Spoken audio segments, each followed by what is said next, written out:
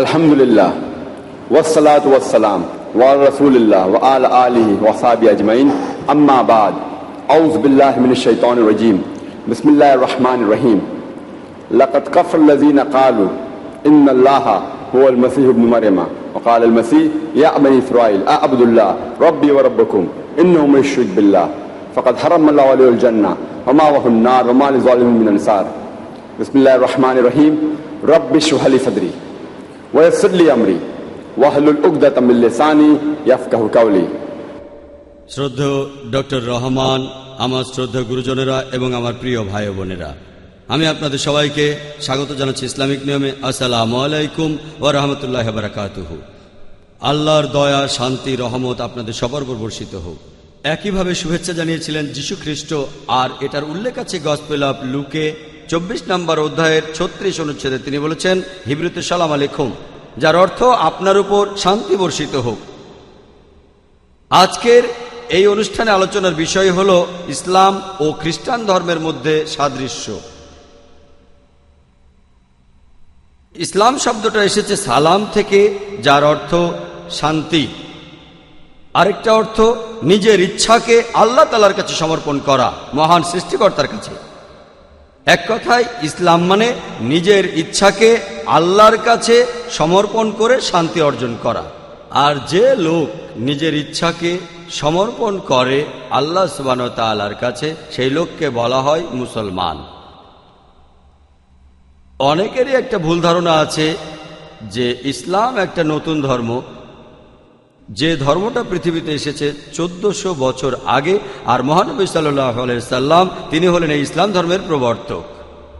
সত্যি বলতে ইসলাম পৃথিবীতে আছে সৃষ্টির প্রথম লগ্ন থেকেই, যে সময় থেকে আল্লাহ মানুষ জাতিকে সৃষ্টি করেছেন। আর মহানবী মুহাম্মদ সাল্লাল্লাহু আলাইহি সাল্লাম তিনি এই ইসলাম ধর্মের প্রবর্তক নন, বরং তিনি হলেন সর্বশেষ ও চূড়ান্ত নবী আল্লাহ সুবহানাহু ওয়া তাআলার। পবিত্র কোরআনে আছে, সূরা ফাতিরের 24 নম্বর আয়াতে উল্লেখ করা আছে, এমন কোন সম্প্রদায় বা গোত্র নেই যেখানে আমি সতর্ককারী বা পথপ্রদর্শক পাঠাইনি। পবিত্র কোরআনে সূরা রাদের 7 নম্বর আয়াতে উল্লেখ করা হয়েছে, আমি প্রত্যেক গোত্রের জন্য পথ প্রদর্শক পাঠিয়েছি। পবিত্র কোরআন এখানে বলছে প্রত্যেক সম্প্রদায়ের কাছে, প্রত্যেক গোত্রের কাছে মহান স্রষ্টা আল্লাহ সুবহানাহু ওয়া তাআলা পথপ্রদর্শক আর দূত পাঠিয়েছেন। এছাড়াও পবিত্র কোরআনে আছে সূরা নিসার 164 নম্বর আয়াতে উল্লেখ করা হয়েছে, এছাড়াও সূরা মুমিনের 78 নম্বর আয়াতে উল্লেখ করা হয়েছে যে আমি তোমার কাছে কয়েকজন নবী রাসূলদের কথা বলেছি আর বাকিদের কথা তোমাকে বলিনি।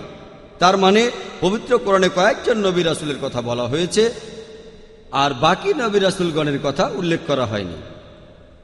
নাম দিয়ে পবিত্র কোরআনে 25 জন নবী রাসূলের কথা বলা হয়েছে, যেমন আদম, নূহ, ইসমাইল, ইসহাক, মুসা, ঈসা, মুহাম্মদ, সকলেই শান্তিতে থাকুন।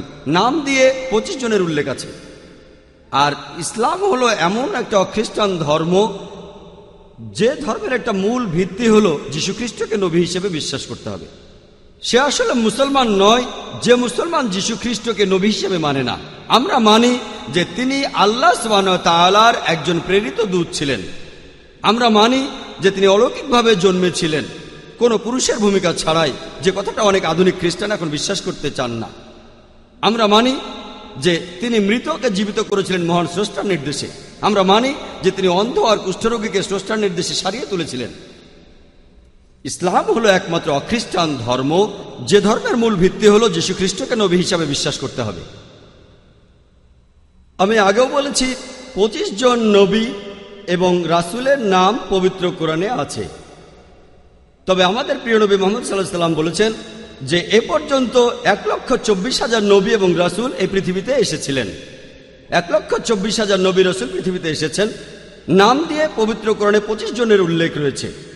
তবে এই সব নবী এবং রাসূল এসেছিলেন সর্বশেষ এবং চূড়ান্ত নবী মুহাম্মদ সাল্লাল্লাহু আলাইহি সাল্লামের আগে।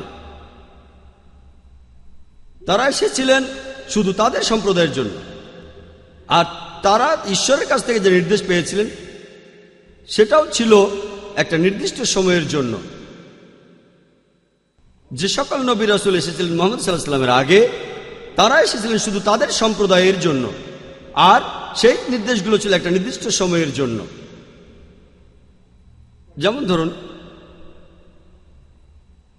পবিত্র কোরআনে আছে, সূরা আল ইমরানের 49 নম্বর আয়াতে উল্লেখ করা আছে যে আমি ঈসা আলাইহিস সালামকে বনী ইসরাইলের জন্য রাসূল হিসেবে পাঠিয়েছি। আর যীশু খ্রিস্ট পৃথিবীতে এসেছিলেন শুধুমাত্র ইসরায়েলের সন্তানদের জন্য।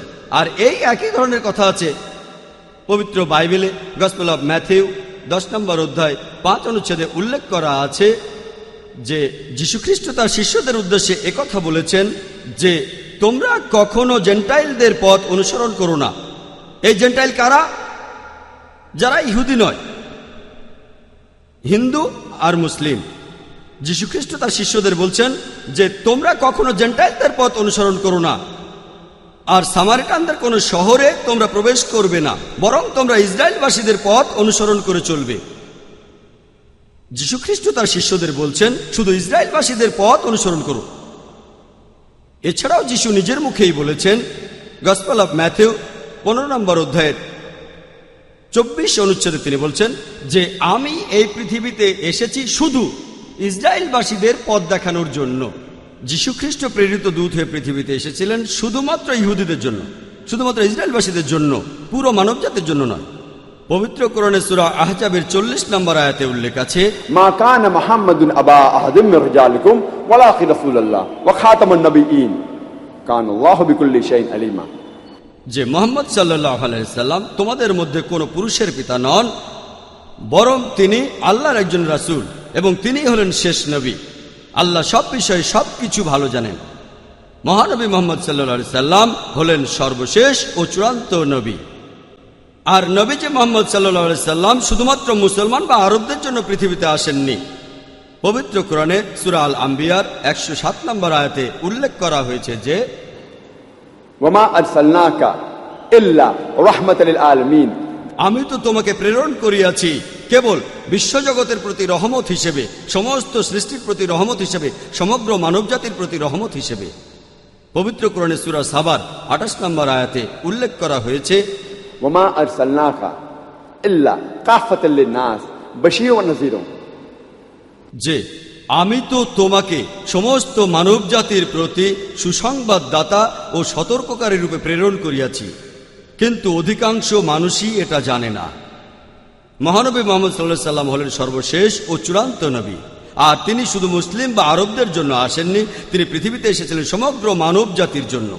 আর বিভিন্ন ধর্মগ্রন্থে মহানবী মুহাম্মদ সাল্লাল্লাহু আলাইহি সাল্লামের ব্যাপারে ভবিষ্যৎবাণী করা হয়েছে, বাইবেলেও বলা হয়েছে, খ্রিস্টান ধর্মে বলা হয়েছে। এটা পাবেন বুক অব ডিউটেরোনমিতে 18 নম্বর অধ্যায়ের 18 অনুচ্ছেদে। সেখানে আছে যে আমি একজন নবীকে পাঠাবো তাদের ভাইদের মধ্য থেকে, যে হবে তোমার মতো, এবং তার মুখ দিয়ে আমি তাকে কথা বলাবো, আর সে আমার নির্দেশই কাজ করে যাবে। এই ভবিষ্যৎবাণীটা একজন নবীর আসার কথা বলছে। আর অনেক খ্রিস্টানকে আপনারা বলতে শুনবেন যে এই ভবিষ্যৎবাণীটা আসলে বলছে যীশু খ্রিস্টের আসার কথা। যদি জিজ্ঞেস করেন এটা কিভাবে যীশু খ্রিস্টের কথা বলছে, তারা আপনাকে বলবে ভবিষ্যৎবাণীটা বলছে আমি একজন নবী পাঠাবো তাদের ভাইদের মধ্য থেকে, যে হবে তোমার মতো, যে হবে মুসা আলাইহিস সালামের মতো। যদি সেই নবী মুসার মতো হন, তাহলে বলা যায় সেই নবীর কথায় ভবিষ্যৎবাণী করা হয়েছে। আর খ্রিস্টানরা বলে যে ঈসা আর মুসা আলাইহিস সালাম তারা দুজনে একই রকম। এখানে তারা যে যুক্তিটা দেখায় যে দেখেন, মুসা আলাইহিস সালাম ঈশ্বরের একজন নবী, আর যীশু খ্রিস্টও ছিলেন ঈশ্বরের একজন প্রেরিত নবী। মুসা আলাইহিস সালাম একজন ইহুদি, আর যীশু খ্রিস্টও ছিলেন একজন ইহুদি। তাহলে দুটো ব্যাপারে সাদৃশ্য আছে। তখন তাদের জিজ্ঞেস করেন যে এই দুটো সাদৃশ্যই কি যথেষ্ট, যাতে করে প্রমাণ হয় এই ভবিষ্যৎবাণী শুধু যীশু খ্রিস্টের কথা বলছে? তারা বলবে যথেষ্ট।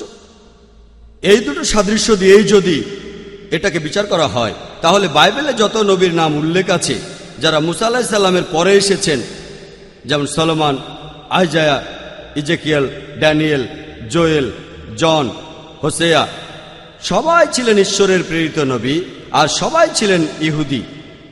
তাহলে মুসা আলাইহিস সালামের পরে যেসব নবীর কথা বাইবেলে উল্লেখ আছে, তারা সবাই এই শর্ত দুটো পূরণ করেছেন। যদি ভালো করে দেখেন, ডিউটেরোনমির এই ভবিষ্যৎবাণী 18 নম্বর অধ্যায়ের 18 অনুচ্ছেদ, এই ভবিষ্যৎবাণীটা মিলে যায় শুধুমাত্র সর্বশেষ ও চূড়ান্ত নবী মুহাম্মদ সাল্লাল্লাহু আলাইহি সাল্লামের সাথে।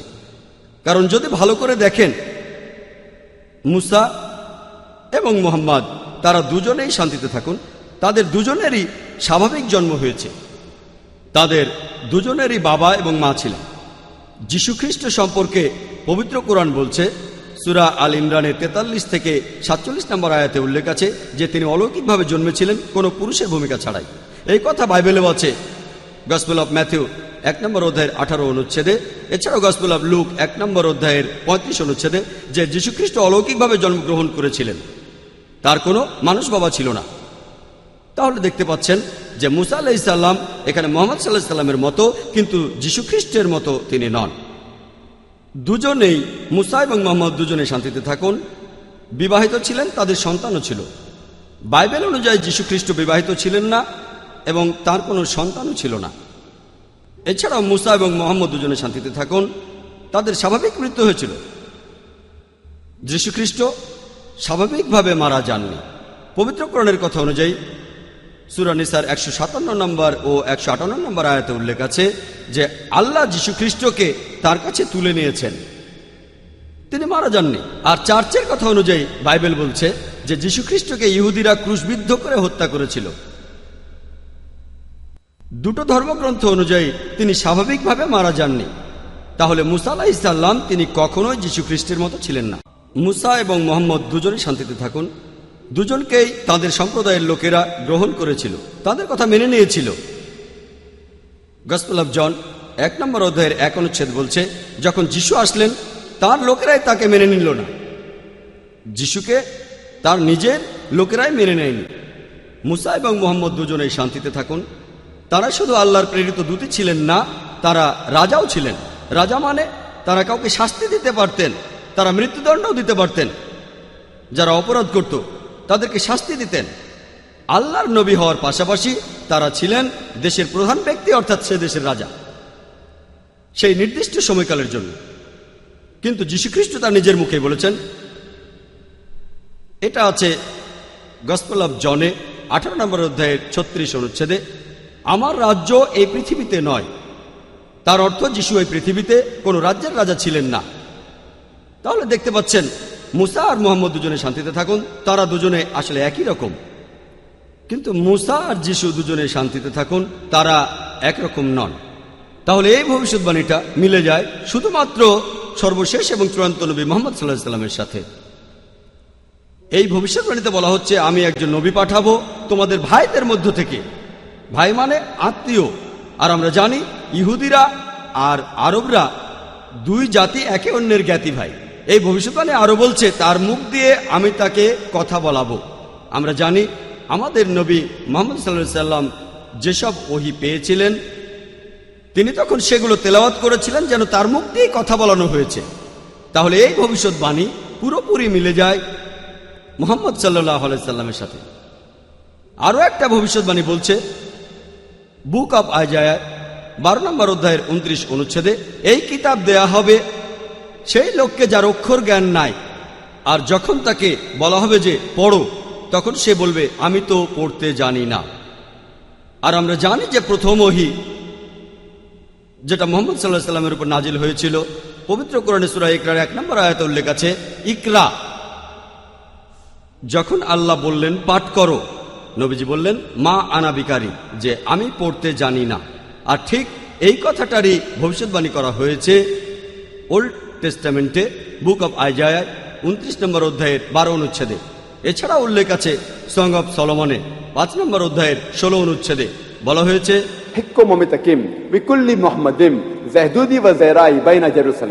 এটা হিব্রু উদ্ধৃতি, যেটার অর্থ হলো তার কথাগুলি খুবই মধুর, সবকিছু মিলিয়ে তিনি মনোরম। যদি ভালো করে দেখেন, আর হিব্রু ভাষাতে, সেমেটিক কোন ভাষায় ইম এই শব্দটা দিয়ে সম্মান দেখানো হয়। সম্মানের বহুবচন ইম, যেমন এলোহিম, এটা সম্মানের জন্য সম্মানের বহুবচন। একইভাবে মোহাম্মদ তারপরে ইম, তখন নাম হলো মুহাম্মাদিম। তাহলে আমরা দেখি যে মুহাম্মদের নাম অন্যান্য ধর্মগ্রন্থেও আছে। কিন্তু অনুবাদ করার সময় এখানে বলা হয়েছে তার কথাগুলো মধুর, তিনি সব মিলিয়ে মনোরম। মোহাম্মদ ইমের অনুবাদ করা হয়েছে সব মিলিয়ে মনোরম। তিনি আমার প্রিয় পাত্র, আমার বন্ধু, হে জেরুজালেমের কন্যারা। তাহলে নাম দিয়ে মহানবী মুহাম্মদ সাল্লাল্লাহু আলাইহি সাল্লামের কথা বিভিন্ন ধর্মগ্রন্থে আছে, এমনকি বাইবেলের ওল্ড টেস্টামেন্টেও আছে। তবে কিছু খ্রিস্টান হয়তো বলবে যে ওল্ড টেস্টামেন্ট আমরা বিশ্বাস করি না, নিউ টেস্টামেন্টের উপর আমরা বেশি গুরুত্ব দেই। আলহামদুলিল্লাহ, আল্লাহ সুবহানাহু ওয়া তাআলার রহমতে নিউ টেস্টামেন্টেও মুহাম্মদ সাল্লাল্লাহু আলাইহি সাল্লামের ভবিষ্যদ্বাণী করা হয়েছে। বাইবেলের গসপেল অফ জনে 14 নম্বর অধ্যায়ের 16 অনুচ্ছেদে যীশুখ্রিস্ট তার শিষ্যদের বলছেন যে আমি আমার পিতাকে বলবো তোমাদের একজন পরামর্শক পাঠাতে। বাইবেলের গসপেল অফ জনে 15 নম্বর অধ্যায়ের 34 অনুচ্ছেদে আছে, যখন আমার পিতা পরামর্শক পাঠাবেন সে আমাকেই প্রশংসা করবে। এরপরে উল্লেখ আছে গসপেল অফ জনে 16 নম্বর অধ্যায়ের 7 অনুচ্ছেদে, আমি তোমাদেরকে সত্যি কথাটা বলি, এটাই তোমাদের জন্য মঙ্গল যদি আমি চলে যাই। যদি আমি না যাই তাহলে সেই পরামর্শক আসবেন না, তবে আমি চলে গেলে তিনি পৃথিবীতে আসবেন। এখন এই পরামর্শক শব্দটা আপনারা এখনকার বাইবেলে পাবেন, এটা আসলে প্যারাক্লিটস, যেটা পেরিক্লিটস শব্দটার অপভ্রংশ। পেরিক্লিটস শব্দটার অর্থ যে প্রশংসা করে, যার প্রশংসা করা যায়। এই শব্দটার আরবি হলো মোহাম্মদ, আর যে প্রশংসা করে আরবিতে সেটা হলো আহমদ। আলহামদুলিল্লাহ, এই দুটো নামই সর্বশেষ এবং চূড়ান্ত নবী মুহাম্মদ সাল্লাল্লাহু আলাইহি সাল্লামের।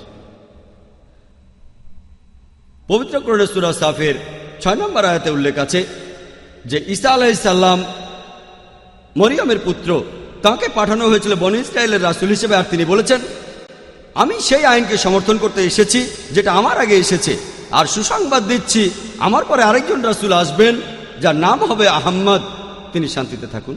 তাহলে কোরআন বলছে যে তিনি তার নিজের মুখেই এই ভবিষ্যৎবাণীটার কথা বলেছেন। তাহলে মূল শব্দ হলো পেরিক্লিটস, অর্থাৎ যাকে প্রশংসা করা হয় বা যে প্রশংসা করে, এর অপভ্রংশ হলো প্যারাক্লিটস, যেটার অনুবাদ করা হয়েছে পরামর্শক। আসলে প্যারাক্লিটস শব্দটার অর্থ পরামর্শক নয়, এর অর্থ যে দয়ালু।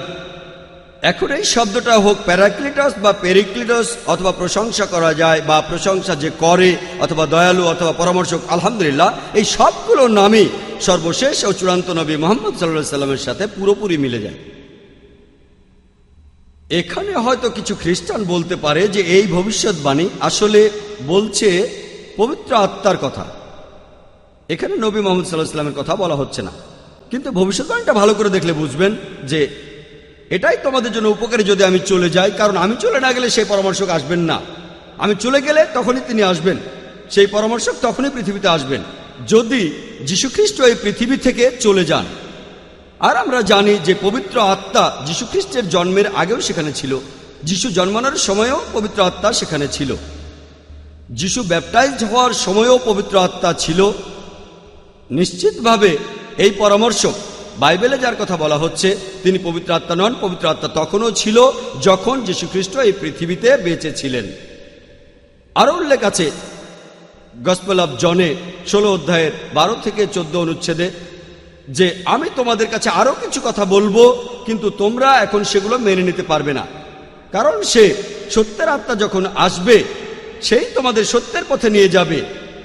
সে তার নিজের কথা বলবে না, যে ওহী সে পাবে সেগুলো সে বলবে, আর সে আমার হয়ে সাক্ষ্য দেবে, সে আমার প্রশংসা করবে, সে তোমাদের ভবিষ্যতের কথা বলবে। এখানে বাইবেলে যে সত্যের আত্মার কথা বলছে এটাও সর্বশেষ এবং চূড়ান্ত নবী মুহাম্মদ সাল্লাল্লাহু আলাইহি সাল্লামের কথাই বলছে। তাহলে আপনারা যদি বাইবেল পড়েন, এমনকি বাইবেলেও সর্বশেষ এবং চূড়ান্ত নবী মুহাম্মদ সাল্লাল্লাহু আলাইহি সাল্লামের কথা ভবিষ্যৎবাণী করা হয়েছে। পৃথিবীতে এ পর্যন্ত অনেকগুলো আসমানি কিতাব নাজিল হয়েছে। নাম দিয়ে 4টার কথা আমরা জানি পবিত্র কোরআনে যেগুলোর উল্লেখ আছে, তাওরাত, জাবুর, ইনজিল এবং কোরআন। তাওরাত হলো সেই ওহী আসমানি কিতাব যেটা নাজিল হয়েছিল মুসা আলাইহিস সালামের উপর। জাবুর হলো সেই ওহী আসমানি কিতাব যেটা নাজিল হয়েছিল দাউদ আলাইহিস সালামের উপর। ইনজিল হলো সেই ওহী আসমানি কিতাব যেটা নাজিল হয়েছিল ঈসা আলাইহিস সালামের উপর। আর কোরআন হলো সর্বশেষ এবং চূড়ান্ত কিতাব, যেটা নাজিল হয়েছিল সর্বশেষ এবং চূড়ান্ত নবী মুহাম্মদ সাল্লাল্লাহু আলাইহি সাল্লামের উপর। এছাড়াও পৃথিবীতে অনেক আসমানি কিতাব নাজিল হয়েছে। নাম দিয়ে কোরআনে মাত্র 4টা কিতাবের কথা বলা হয়েছে, তবে সেসব আসমানি কিতাবগুলো পবিত্র কোরআনের আগে এই পৃথিবীতে এসেছিল। সেগুলো ছিল একটা নির্দিষ্ট সম্প্রদায়ের লোকদের জন্য, আর সেই নির্দেশগুলো ছিল একটা নির্দিষ্ট সময়কালের জন্য। তবে সর্বশেষ ও চূড়ান্ত কিতাব পবিত্র কোরআন শুধুমাত্র মুসলমান বা আরবদের জন্য নাজিল হয়নি। পবিত্র কোরআনে আছে, সূরা ইব্রাহিমের 52 নম্বর আয়াতে উল্লেখ করা হয়েছে, এটা মানব জাতির জন্য একটি বার্তা, যাতে করে তারা সতর্ক হয়ে যায় এবং জানতে পারে স্রষ্টা কেবলমাত্র একজনই, এবং যাতে বোধশক্তি সম্পন্নরা উপদেশ গ্রহণ করে। তাহলে সর্বশেষ ও চূড়ান্ত কিতাব পবিত্র কোরআন নাজিল হয়েছে পুরো মানব জাতির জন্য। এছাড়া পবিত্র কোরআনে সূরা বাকারার 185 নম্বর আয়াতে উল্লেখ করা আছে যে রমজান হলো সেই মাস যে মাসে পবিত্র কোরআন অবতীর্ণ হয়েছে এই পৃথিবীর মানুষ জাতির দিশারি হিসেবে এবং সত্য আর মিথ্যের মধ্যে পার্থক্যকারী রূপে। পবিত্র কোরআনে সূরা জুমারের 41 নম্বর আয়াতে উল্লেখ করা হয়েছে, আমি তোমাদের প্রতি অবতীর্ণ করেছি, অর্থাৎ মুহাম্মদ সাল্লাল্লাহু আলাইহি ওয়াসাল্লামের প্রতি এই কিতাব মানুষ জাতিকে পথ দেখানোর জন্য। এখানে শুধু মুসলমান বা আরবদের কথা বলা হয়নি, বলা হয়েছে পুরো মানুষ জাতির কথা। তাহলে সর্বশেষ ও চূড়ান্ত কিতাব পবিত্র কোরআন নাজিল হয়েছে পুরো মানব জাতির জন্য। সেজন্য পবিত্র কোরআনের আগে যতগুলো আসমানি কিতাব এসেছিল, যেহেতু সেগুলো একটা নির্দিষ্ট সময়ের জন্য ছিল, আল্লাহ সুবহানাহু ওয়া তাআলা এই কিতাবগুলির বিশুদ্ধতার জন্য কোনো কিছু করেননি। বর্তমানে যে আসমানি কিতাবগুলো আছে তার মধ্যে যেটা একেবারে আগের মতোই রয়েছে সেটা হলো পবিত্র কোরআন। আর উইলিয়াম মুর, যিনি ইসলামের একজন কড়া সমালোচক, তিনি বলেছেন আর কোনো ধর্মগ্রন্থ নেই যে গ্রন্থটা পবিত্র কোরআনের মতো করে বিশুদ্ধতা বজায় রাখতে পেরেছে 1200 বছর ধরে। তিনি এই কথাটা বলেছেন 200 বছর আগে।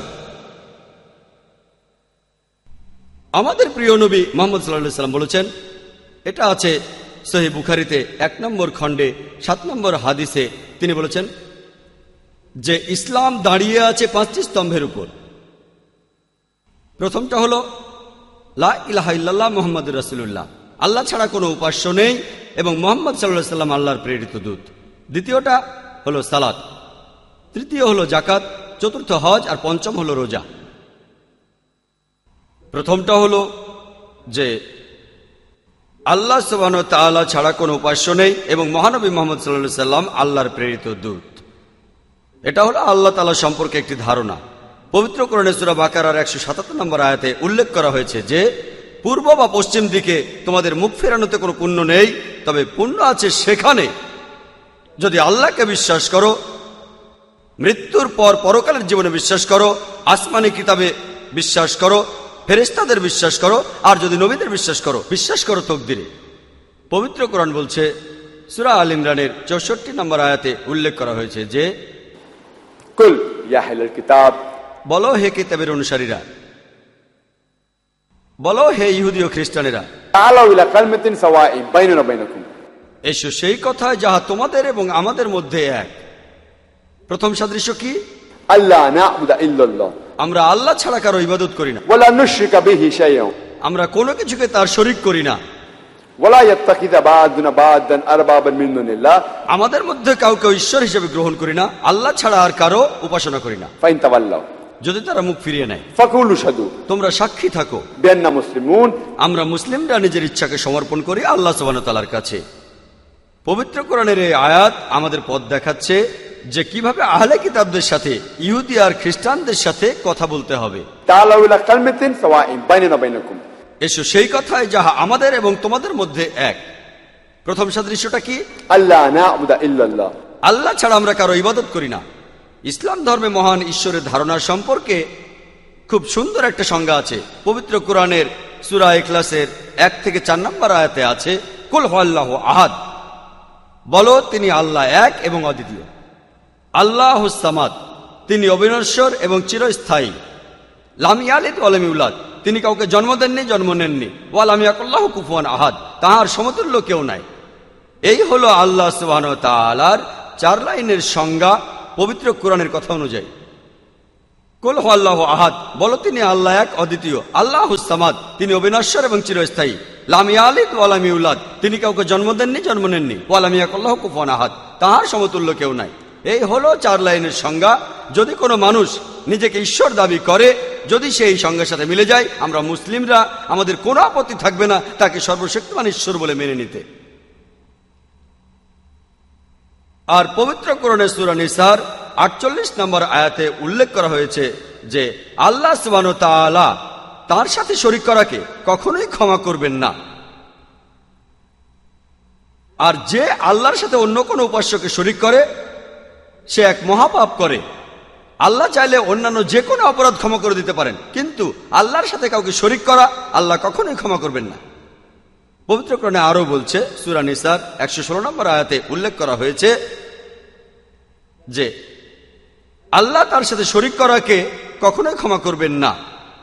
এটা ছাড়া অন্যান্য অপরাধ আল্লাহ চাইলে ক্ষমা করে দেবেন, কিন্তু আল্লাহর সাথে শরীক করলে তিনি কখনোই ক্ষমা করবেন না। তার অর্থ শিরক। আল্লাহর পাশাপাশি অন্য কোনো উপাস্যের উপাসনা করা হলো ইসলামের সবচেয়ে বড় অপরাধ। আর একই কথা বাইবেলে আছে, বুক অফ এক্সোডাস, ওল্ড টেস্টামেন্টে 20 নম্বর অধ্যায় 3 থেকে 5 অনুচ্ছেদ, যে তোমরা আমার পাশাপাশি অন্য কোনো ঈশ্বরের উপাসনা করবে না। স্রষ্টা বলছেন, তোমরা আমার পাশাপাশি অন্য কোনো ঈশ্বরের উপাসনা করবে না। আমার উপাসনা করতে গিয়ে কোনো প্রতিমূর্তি তৈরি করো না। আমার কোনো প্রতিমূর্তি তৈরি করো না, উপরের আকাশমণ্ডলী থেকে, নিচের পৃথিবী থেকে, অথবা পৃথিবীর নিচের সমুদ্র থেকে। তাদের সামনে নতজানু হয়েও না, তাদের সেবা করো না, কারণ আমি তোমাদের প্রভু, তোমাদের ঈশ্বর, খুবই ঈর্ষাপরায়ণ। একই কথা আছে বুক অব ডিউটেরোনমিতে 5 নম্বর অধ্যায় 79 নম্বর অনুচ্ছেদে, যে তোমরা আমার পাশাপাশি অন্য কারো উপাসনা করবে না। আমার উপাসনা করতে গিয়ে কোনো প্রতিমূর্তি বানাবে না, আমার কোনো মূর্তি তৈরি করো না, উপরের আকাশমণ্ডলী থেকে অথবা নিচের পৃথিবী থেকে বা পৃথিবীর নিচের সমুদ্র থেকে। তোমরা তাদের সামনে নতজানু হবে না, তাদের সেবা করবে না, কারণ আমি তোমাদের ঈশ্বর, তোমাদের প্রভু, খুব ঈর্ষাপরায়ণ। তার মানে মহান স্রষ্টার কোনো প্রতিমূর্তি বানানো, সেই মূর্তিকে পূজা করা, বাইবেলে এটাকে স্পষ্টভাবে নিষেধ করা হয়েছে। আমার লেকচারের শুরুতে পবিত্র কোরআন থেকে একটি উদ্ধৃতি দিয়েছিলাম।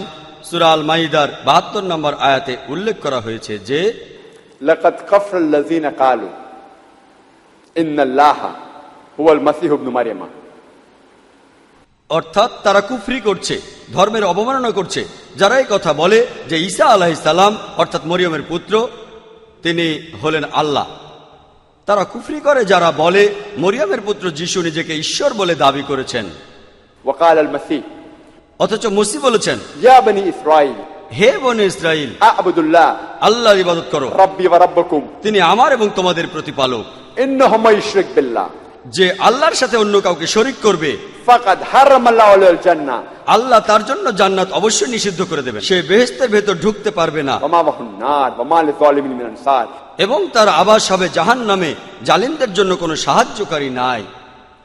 যীশু খ্রিস্ট তার নিজের মুখেই বলেছেন যে ইন্নাহু মান ইউশরিক বিল্লাহ, যদি কেউ আল্লাহর সাথে অন্য কাউকে শরীক করে, ফাকাদ হারামাল্লাহু আলাইহিল জান্নাহ, আল্লাহ তার জন্য জান্নাত নিষিদ্ধ করবেন, সে বেহেশতের ভেতর ঢুকতে পারবে না, ওয়া মা ওয়াহুন নার ওয়া মা লিযালিমিন মিন আনসার, এবং তার আবাস হবে জাহান্নাম, জালিমদের জন্য কোনো সাহায্যকারী নাই। তবে কিছু খ্রিস্টান আছেন যারা বলবেন যে যীশু খ্রিস্ট নিজের মুখেই বলেছেন আমি ঈশ্বর, তিনি বলেছেন যে তিনি ঈশ্বর। সত্যি বলতে যদি আপনারা বাইবেল পড়েন, একেবারে স্পষ্ট করে যীশু একবারও বলেননি, গোটা বাইবেলের কোথাও পাবেন না যেখানে যীশু খ্রিস্ট একেবারে স্পষ্ট করে বলেছেন, নিজের মুখেই বলেছেন যে আমি ঈশ্বর, আমার উপাসনা করো। আমি কথাটা আবারও বলছি, যদি আপনারা বাইবেল পড়েন, একেবারে স্পষ্ট করে যীশু খ্রিস্ট একবারও বলেননি, গোটা বাইবেলের কোথাও আপনারা পাবেন না যেখানে যীশু একবারে স্পষ্ট করে নিজেই বলেছেন যে আমি ঈশ্বর বা আমার উপাসনা করো। যদি কোনো খ্রিস্টান আমাকে পুরো বাইবেলে এমন কোনো অনুচ্ছেদ দেখাতে পারেন যেখানে যীশু খ্রিস্ট নিজেই বলেছেন যে আমি ঈশ্বর অথবা আমার উপাসনা করো, আমি তাহলে সেই মুহূর্তেই খ্রিস্টান ধর্ম গ্রহণ করে নেব। আমি এই কথাটা অন্যান্য মুসলমানদের হয়ে বলছি না, যেহেতু আমি বিভিন্ন ধর্মের ছাত্র, আমি বাইবেল পড়েছি, আমি আমার মাথাটা গিলোটিনের নিচে দিতে রাজি আছি। সত্যি বলতে যদি আপনারা বাইবেল পড়েন, যীশু তার নিজের মুখেই বলেছেন, এটা আছে গসপেল অফ জনে 14 নম্বর অধ্যায় 28 অনুচ্ছেদে, যীশু নিজের মুখেই বলেছেন আমার পিতা আমার চেয়ে অনেক বড়। আর গসপেল অফ জন 10 নম্বর অধ্যায় 29 অনুচ্ছেদ, আমার পিতা সবার চাইতে বড়। গসপেল অফ ম্যাথিউ 12 নম্বর অধ্যায় 28 অনুচ্ছেদ, আমি ঈশ্বরের আত্মার সাহায্যে শয়তানকে তাড়িয়ে দেই। গসপেল অফ লুক 11 নম্বর অধ্যায় 20 নম্বর অনুচ্ছেদ, আমি শয়তানকে তাড়িয়ে দেই ঈশ্বরের আঙ্গুলের সাহায্যে। গসপেল অফ জন 5 নম্বর অধ্যায় 30 অনুচ্ছেদ, আমি আমার নিজের ইচ্ছায় কিছুই করতে পারি না, আমি সবকিছু শুনে বিচার করি আর আমার বিচার সঠিক, কারণ আমি আমার ইচ্ছাটাকে দেখি না, আমার পিতার ইচ্ছাকে দেখি। যিশু বলেছেন আমি নিজের থেকে কিছুই করতে পারি না, তিনি নিজেকে ঈশ্বর বলেননি। পবিত্র কোরআনে আছে, যিশু খ্রিস্ট তার নিজের মুখেই বলেছেন, কেউ যদি আল্লাহর সাথে কাউকে শরীক করে আল্লাহ তার জন্য জান্নাত নিষিদ্ধ করবেন। পবিত্র কোরআন বলছে, সূরা ইসরার 110 নম্বর আয়াতে উল্লেখ করা হয়েছে, কলিদুল্লাহ আবিদুর রহমান আয়ামা তাদু ফালাল আসমাউল হুসনা। তোমরা তাকে আল্লাহ নামে আহ্বান করো বা রহমান নামে, তাকে যে নামে আহ্বান করো সব সুন্দর নামগুলি সেগুলো তো তারই। আপনারা আল্লাহ সুবহানাহু ওয়া তাআলাকে যে কোনো নামে ডাকতে পারেন, তবে সেটা হবে একটা সুন্দর নাম, এই নামে আপনার মনে কোনো ছবি ভেসে উঠবে না। আর পবিত্র কোরআনে সব মিলিয়ে 99টি সুন্দর নামে আল্লাহ সুবহানাহু ওয়া তাআলাকে আহ্বান করা হয়েছে, যেমন রহমান, রহিম, আল হাকিম, পরম করুণাময়, পরম দয়ালু, সর্বজ্ঞ। পবিত্র কোরআনে সব মিলিয়ে 99টি নামে তাকে ডাকা হয়েছে। আর এ কথাটা আরো আছে পবিত্র কোরআনে সূরা আরাফের 180 নম্বর আয়াতে, এছাড়াও সূরা তাহার 8 নম্বর আয়াতে, এছাড়াও সূরা হাশরের 24 নম্বর আয়াতে উল্লেখ আছে যে সবচেয়ে সুন্দর নামগুলি সেগুলি আল্লাহ সুবহানাহু ওয়া তাআলার। কিন্তু আমরা মুসলমানরা আল্লাহ সুবহানাহু ওয়া তাআলাকে কেন আরবিতে আল্লাহ বলে ডাকি, ইংরেজিতে গড বলে ডাকি না কেন? এর কারণ হলো, আল্লাহ একটা বিশুদ্ধ শব্দ। ইংরেজিতে গড শব্দটাকে আপনি অনেকভাবে বিকৃত করতে পারেন। যদি গডের পরে একটা এস যোগ করেন সেটা হয় গডস, গডের বহু বচন। আল্লাহ শব্দটার কোনো বহু বচন নেই ইসলামে। কুল হুয়াল্লাহু আহাদ, বলো তিনি আল্লাহ এক এবং অদ্বিতীয়। যদি গডের পরে DESS যোগ করেন সেটা হবে গডেস, একজন মহিলা গড। পুরুষ আল্লাহ বা মহিলা আল্লাহ বলে কিছু নেই ইসলামে। আল্লাহ সুবহানাহু ওয়া তাআলা, তার কোনো লিঙ্গ নেই। যদি গডের পরে ফাদার যোগ করেন তাহলে সেটা হবে গড ফাদার, সে আমার গড ফাদার, আমার অভিভাবক। আল্লাহ ফাদার বা আল্লাহ আব্বা বলে কিছু নেই ইসলামে। আল্লাহ একটা মৌলিক শব্দ। যদি গডের পরে মাদার যোগ করেন সেটা হবে গড মাদার। আল্লাহ আম্মা বা আল্লাহ মাদার বলে কিছু নেই ইসলামে। যদি গডের পরে টিন শব্দটা লাগান সেটা হবে টিন গড, অর্থাৎ নকল গড। তিন আল্লাহ বলে কিছু নেই ইসলামে। আর এই কারণেই মুসলিমরা আমরা আল্লাহ সুবহানাহু ওয়া তাআলাকে ডাকার সময় আরবিতে আল্লাহ বলে ডাকি, ইংরেজিতে গড বলে ডাকি না।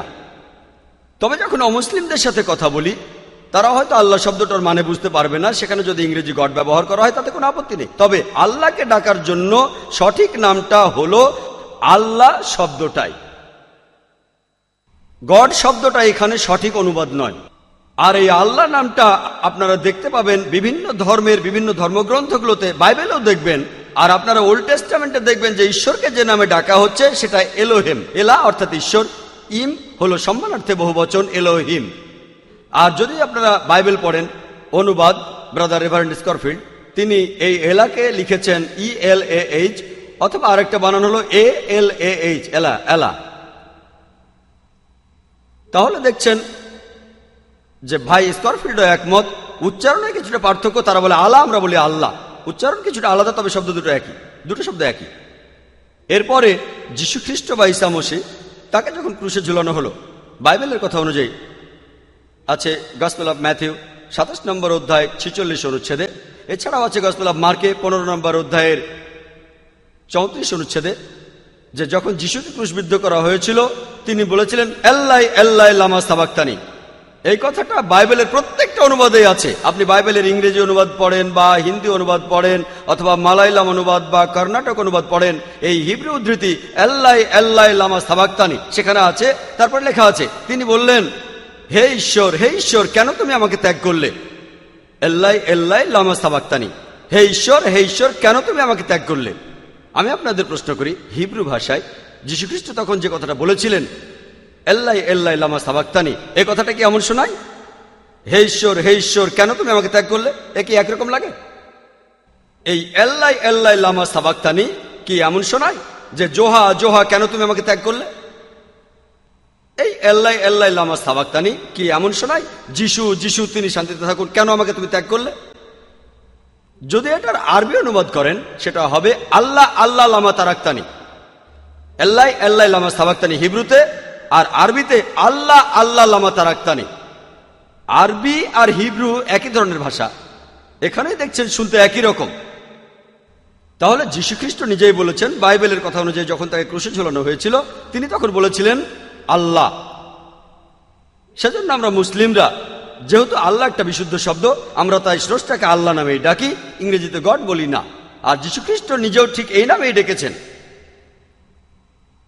দ্বিতীয় স্তম্ভ হলো সালাত, আর বাংলায় সালাতের অনুবাদ করতে গিয়ে অনেকে বলে প্রার্থনা।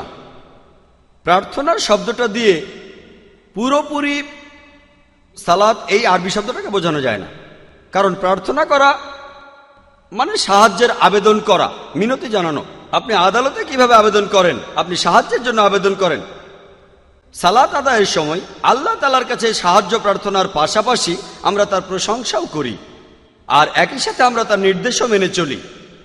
প্রার্থনা দিয়ে সালাতকে পুরোপুরি বোঝানো যায় না। প্রার্থনা মানে শুধু সাহায্যের জন্য আবেদন, আর সালাতে আমরা সাহায্য চাওয়ার পাশাপাশি তার প্রশংসা করি, একই সাথে তার নির্দেশও মেনে চলি। যদি আমাকে প্রশ্ন করেন তাহলে আমি বলবো সালাত জিনিসটা অনেকটা ঠিক প্রোগ্রামিং এর মতো, এক ধরনের এটা অভ্যাস। এখন যদি কেউ বলে আপনি কোথায় যাচ্ছেন, আমি বললাম প্রোগ্রামে যাচ্ছি, উত্তরটা একটু অদ্ভুত শোনাবে।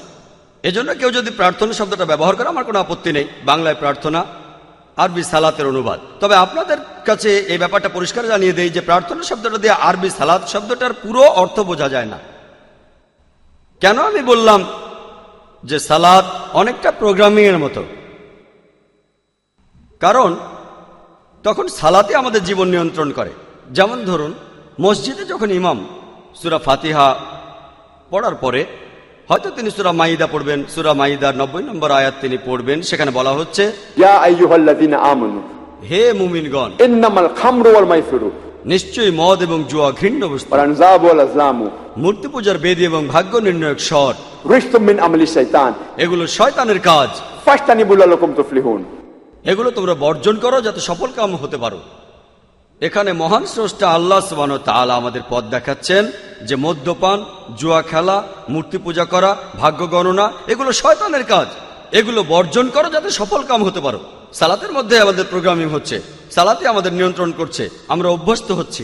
ইমাম হয়তো পড়বেন পবিত্র কোরআনে সূরা বাকারার 188 নম্বর আয়াত, সেখানে বলা হচ্ছে তোমার সম্পদ বিলাসিতার জন্য ব্যয় করো না, আর তোমার সম্পদ দিয়ে বিচারকদের লোভ দেখিও না, যাতে করে তোমরা অন্য কারো সম্পদ গ্রাস করে নিতে পারো। পবিত্র কোরআন বলছে ইসলামে ঘুষ দেয়া বা নেয়ার কোনো অনুমতি নেই। আপনি প্রোগ্রামড হবেন, অভ্যস্ত হয়ে যাবেন যে ঘুষ জিনিসটা অন্যায়।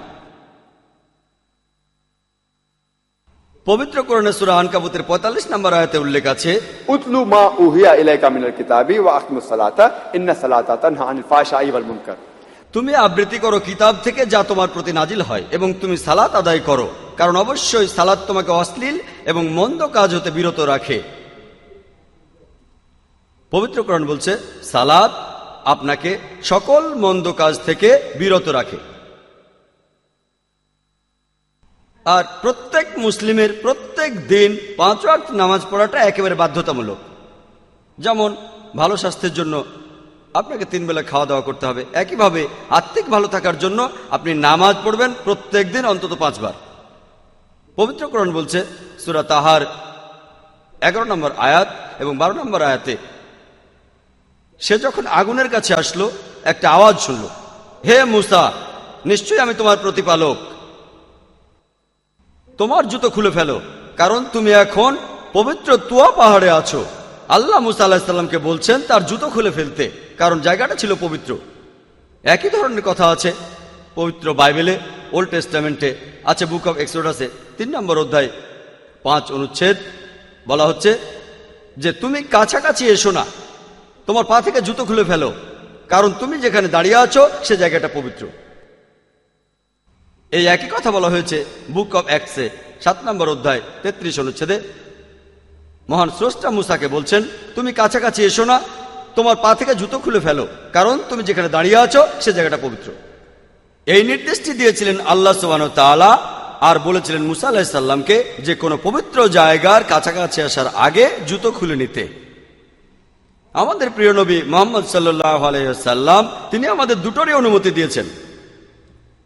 আপনি খালি পায়ে নামাজ পড়তে পারেন, তবে জুতো পরে যদি নামাজ পড়েন তাহলে দেখে নেবেন সেই জুতোটা যেন পরিষ্কার থাকে। আর নবীজি বলেছেন, এটা বলা হয়েছে আবু দাউদে 1 নম্বর খণ্ড, বুক অফ সালাত 240 নম্বর অধ্যায় 652 নম্বর হাদিস। নবীজি বলছেন, ইহুদিরা যেমনটা করে তোমরা উল্টোটা করো। ইহুদিরা সবসময় জুতা বা স্যান্ডেল ছাড়া খালি পায়ে প্রার্থনা করে। এটাও আছে আবু দাউদে 1 নম্বর খণ্ড, বুক অফ সালাত 240 নম্বর অধ্যায় 653 নম্বর হাদিস, যে শোয়েব ইবনে ওমর তিনি তার বাবার উদ্ধৃতি দিয়ে বলেছেন যে তার দাদা বলেছেন যে আমি নবীজিকে দেখেছি দুইভাবেই, খালি পায়ে আবার স্যান্ডেল পরেও।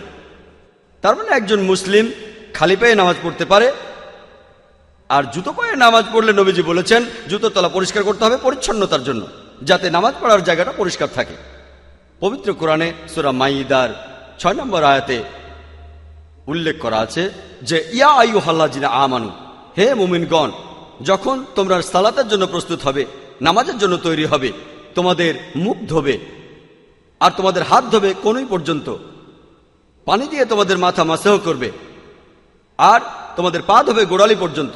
সালাত আদায় করার আগে ওযু করা ইসলাম ধর্ম অনুযায়ী বাধ্যতামূলক। আর একই কথা দেখবেন যদি আপনারা বাইবেল পড়েন, এটা আছে বুক অফ এক্সোডাসে 40 নম্বর অধ্যায় 31-32 অনুচ্ছেদে, যে মুসা এবং আদম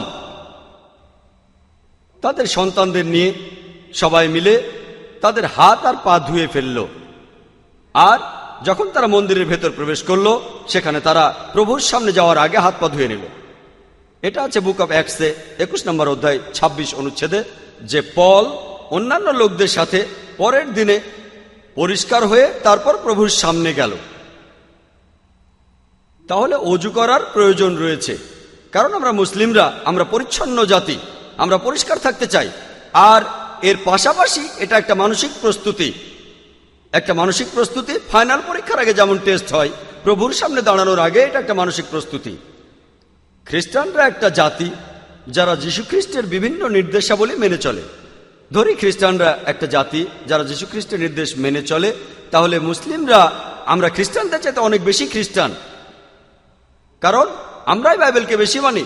সালাত আদায়ের সময় বাইবেল যেভাবে বলেছে আমরা সেভাবে ওযু করি। এছাড়াও আমাদের প্রিয় নবী বলেছেন, এটা আছে সহিহ বুখারীতে 1 নম্বর খণ্ড, আছে বুক অব আজানে 75 নম্বর অধ্যায় 692 নম্বর হাদিস, যে হযরত আনাস রাদিয়াল্লাহু তাআলা আনহু তিনি বলেছেন যে যখন আমরা সালাত আদায় করতাম, একজনের কাঁধ আরেকজনের কাঁধের সাথে লেগে যেত, একজনের পা আরেকজনের পায়ের সাথে লেগে যেত। আমাদের নবীজি এছাড়া বলেছেন, এটা বলা হয়েছে আবু দাউদে 1 নম্বর খণ্ড, আছে বুক অফ সালাত 245 নম্বর অধ্যায় 666 নম্বর হাদিসে নবী বলেছেন, নামাজ পড়ার আগে তোমরা সবাই সারিবদ্ধ হয়ে দাঁড়াও, কাঁধে কাঁধ লাগিয়ে দাঁড়াও, মাঝখানে কোনো ফাঁকা রেখো না, ফাঁকাগুলো পূরণ করো, শয়তানের প্রবেশের কোনো পথ তোমরা রেখো না। নবীজি এমন কোনো শয়তানের কথা বলছেন না যেমনটা টিভিতে দেখেন দুটো শিং আর একটা লেজ। নবীজি যে শয়তানের কথা বলছেন সেটা আসে জাতি থেকে, গোত্র থেকে, বর্ণ থেকে। যারা নামাজ পড়ছে তারা ধনী বা গরিব, আর রাজা হোক বা ফকির, যখন নামাজ পড়তে দাঁড়াবেন কাঁধে কাঁধ মিলিয়ে দাঁড়াবেন। যারা নামাজ পড়ছে হোক কালো বা সাদা, বাদামি বা হলুদ, যখন নামাজ পড়তে দাঁড়াবেন কাঁধে কাঁধ মিলিয়ে দাঁড়াবেন। এই হলো আমাদের প্রিয় নবীজির শিক্ষা। আর সালাতের সর্বশ্রেষ্ঠ অংশ হলো সুজুদ, সেজদা করা। আর মনোবিজ্ঞানীরা আমাদের বলেন যে আমাদের মন পুরোপুরি আমাদের নিয়ন্ত্রণে থাকে না, আমাদের শরীর আমাদের নিয়ন্ত্রণে থাকে। আমি আমার হাত উঠাতে চাইলে উঠাতে পারবো, আবার হাত নামাতে চাইলে নামাতে পারবো, এক পা সামনে এগোতে চাইলে তা পারবো, আবার এক পা পিছাতে চাইলে সেটাও পারবো। আমার শরীর সরাসরি আমার নিয়ন্ত্রণে থাকে, তবে মন সবসময় ঘুরে বেড়ায়, মন সবসময় আমার নিয়ন্ত্রণে থাকে না। মনোবিজ্ঞানীরা বলেন মনকে যদি বিনীত করতে চান তাহলে আপনার শরীরটাকে বিনীত করতে হবে। আর এর জন্য ভালো উপায় হলো শরীরের সবচেয়ে উঁচু অংশটা অর্থাৎ কপাল একেবারে নিচে মাটিতে ঠেকিয়ে দিন আর বলুন, সমস্ত প্রশংসা আল্লাহর যিনি সবার উপরে, সমস্ত প্রশংসা আল্লাহর যিনি সবার উপরে। আর বাইবেলেও ঠিক একই পদ্ধতির কথা বলা হয়েছে। ওল্ড টেস্টামেন্টে আছে, নিউ টেস্টামেন্টেও আছে। বুক অব জেনেসিস 17 নম্বর অধ্যায় 3 অনুচ্ছেদে বলছে যে ইব্রাহিম মাটিতে মাথা ঠেকিয়েছেন। এছাড়াও বুক অব নাম্বারসে 20 নম্বর অধ্যায় 6 অনুচ্ছেদ মুসা আর হারুন মাটিতে মাথা ঠেকান। এছাড়া বুক অব জোশুয়াতে 5 নম্বর অধ্যায় 14 অনুচ্ছেদে জোশুয়া মাটিতে মাথা ঠেকান এবং উপাসনা করেন। আর নিউ টেস্টামেন্টে আছে যে যীশু খ্রিস্ট তিনি যখন গেতসেমানির বাগানে গেলেন, গসপেল অব ম্যাথিউ 26 নম্বর অধ্যায় 39 নম্বর অনুচ্ছেদ বলছে যে যীশু খ্রিস্ট কয়েক পা সামনে গেলেন, মাটিতে মাথা ঠেকালেন আর ঈশ্বরের কাছে প্রার্থনা করলেন। এমনকি একজন সার্কাসের লোক, সেও ভালোভাবে পারবে না মাটিতে মাথা রেখে ঈশ্বরের কাছে প্রার্থনা করতে, যেভাবে আমরা মুসলিমরা করি। এখানে নিয়মটা একই, যেভাবে যীশু খ্রিস্ট প্রার্থনা করেছিলেন। তাহলে যদি যীশু খ্রিস্টের নির্দেশ মেনে চললেই খ্রিস্টান হওয়া যায়, তাহলে মুসলিমরা, আমরা তাহলে খ্রিস্টানদের চাইতে অনেক বেশি খ্রিস্টান। তৃতীয় স্তম্ভটা হলো জাকাত। এটা একটা আরবি শব্দ যার অর্থ বিশুদ্ধ করা, বেড়ে যাওয়া। আর প্রাপ্তবয়স্ক প্রত্যেক মুসলিম যারা ধনী আর যাদের সঞ্চয় তাদের নিসাবের চেয়ে বেশি, অর্থাৎ 85 গ্রাম স্বর্ণ, তারা তাদের সঞ্চয়ের 2.5% প্রত্যেক হিজরি সালে গরিবদের মাঝে দান করে দেবে। এটা আবশ্যিক। আর প্রত্যেক ধনী লোকের জন্য জাকাত দেওয়াটা ফরজ। এটা আছে পবিত্র কোরআনে সূরা তাওবার 60 নম্বর আয়াতে। জাকাত দেওয়া যেতে পারে ফুকারাকে, গরিব লোককে, মাসাকিন, যে লোক অভাবী, আমিলুন, যেসব লোক সবার কাছ থেকে জাকাত সংগ্রহ করে, যাদের হৃদয় চলে এসেছে ইসলাম ধর্মের পথে, দাসদের মুক্তির জন্য জাকাত দেয়া যায়। জাকাত পেতে পারে ইবনে সাবিল, যেসব মানুষ মুসাফির, যারা বিদেশের মাটিতে অবস্থান করে অথবা আল্লাহ সুবহানাহু ওয়া তাআলার পথে চলে। যদি পৃথিবীর প্রত্যেকটা ধনী মানুষ জাকাত দেয়, পৃথিবীতে দারিদ্র বলে আর কিছুই থাকবে না। তখন পৃথিবীতে একজন মানুষও না খেয়ে মারা যাবে না। একই ধরনের কথা আপনারা দেখতে পাবেন পবিত্র বাইবেলে। এটা হচ্ছে 1 পিটার্সে 4 নম্বর অধ্যায় 8 অনুচ্ছেদে বলা হচ্ছে যে তোমরা দান করো, কারণ দান করলে অপরাধের মাত্রা কমে যায়। তোমরা দান করো, কারণ দান করলে মানুষের অপরাধের প্রবণতা কমে যায়। আর পবিত্র কোরআন বলছে, সূরা আল হাসরের 7 নম্বর আয়াতে উল্লেখ করা আছে, এখানে জাকাতের কারণ বলা হয়েছে, এতে করে ধনীদের সম্পদ কেবল তাদের মধ্যেই আবর্তন করে না। পবিত্র কোরআনে সূরা তাওবার 34 নম্বর আয়াতে উল্লেখ আছে যে কিছু লোক আছে যারা স্বর্ণ আর রৌপ্য জমা করে এবং আল্লাহ সুবহানাহু ওয়া তাআলার পথে ব্যয় করে না। তাদেরকে মর্মবিদারী শাস্তির সংবাদ দাও যে তাদের সম্পদে আগুন উৎপন্ন হবে জাহান্নামের আগুন থেকে, আর সেগুলো দিয়ে কিয়ামতের দিন দাগ দেওয়া হবে তাদের কপালে, তাদের পিঠে এবং সামনে। আর তাদের বলা হবে, এই সম্পদ তোমরা জমিয়েছিলে, এখন এই সম্পদের স্বাদ তোমরা গ্রহণ করো। নিজের সম্পদ জমিয়ে রাখার অনুমতি ইসলাম ধর্মে নেই। চতুর্থ স্তম্ভটা হলো হজ। মক্কায় হজ করা।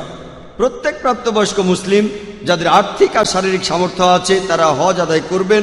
জীবনে অন্তত একবার তারা হজ করতে মক্কায় যাবেন হজের সময়। তারপর যাবেন মিনা, আরাফা ইত্যাদি জায়গায়। আর এটা সবচেয়ে বড় ইসলামিক সম্মেলন। প্রায় 25 লক্ষ মানুষ তখন মক্কায় আসেন পৃথিবীর বিভিন্ন দেশ থেকে, আমেরিকা থেকে, ইংল্যান্ড থেকে, সিঙ্গাপুর থেকে, মালয়েশিয়া থেকে, ইন্ডিয়া থেকে, পাকিস্তান থেকে, পৃথিবীর বিভিন্ন দেশ থেকে তারা আসেন। আর পুরুষরা এই সময় পরেন 2 টুকরো সেলাই না করা কাপড়, সাদা হলে ভালো। আপনার পাশের লোকটাকে দেখে আপনি বুঝতেই পারবেন না সে রাজা না ফকির। সর্বজনীন ভ্রাতৃত্বের সবচেয়ে বড় উদাহরণ। পবিত্র কোরআন বলছে, সূরা হুজুরাতের 13 নম্বর আয়াতে উল্লেখ করা আছে, ইয়া আইয়ুহান নাস ইন্না খালাকনাকুম মিন যাকরিন ওয়া উনসা ওয়া জাআলনাকুম শাউবান ওয়া ক্বাবাইলা লিতাআরাফু ইন্না আক্রামাকুম ইনদাল্লাহি আতকাকুম ইন্নাল্লাহা আলিমুন খাবীর। হে মানুষ জাতি, আমি তোমাদের সৃষ্টি করেছি একজন পুরুষ ও একজন নারী হইতে, পরে তোমাদের বিভক্ত করেছি বিভিন্ন জাতীয় গোত্রে, যাতে করে তোমরা অপরের সাথে পরিচিত হতে পারো। এজন্য নয় যে তোমরা একে অপরকে ঘৃণা করবে। আর তোমাদের মধ্যে আল্লাহর কাছে সেই ব্যক্তি অধিক মর্যাদা সম্পন্ন যে ব্যক্তির রয়েছে তাকওয়া। আল্লাহ সুবহানাহু ওয়া তাআলা আমাদের যে জিনিসটা দিয়ে বিচার করবেন সেটা লিঙ্গ নয়, সেটা সম্পদ নয়, গোত্র নয়, গায়ের রং নয়, সেটা তাকওয়া, অর্থাৎ আল্লাহকে মানা, ধার্মিকতা আর ন্যায়পরায়ণতা। পঞ্চম স্তম্ভটা হলো সিয়াম, রোজা রাখা। রমজান মাসের সময় প্রাপ্তবয়স্ক মুসলমানেরা সুবহে সাদিক থেকে সূর্যাস্ত পর্যন্ত খাদ্য, পানীয় আর যৌনাচার থেকে বিরত থাকবেন। প্রত্যেক হিজরি সালে রমজান মাসে তারা প্রত্যেক দিন রোজা রাখবেন।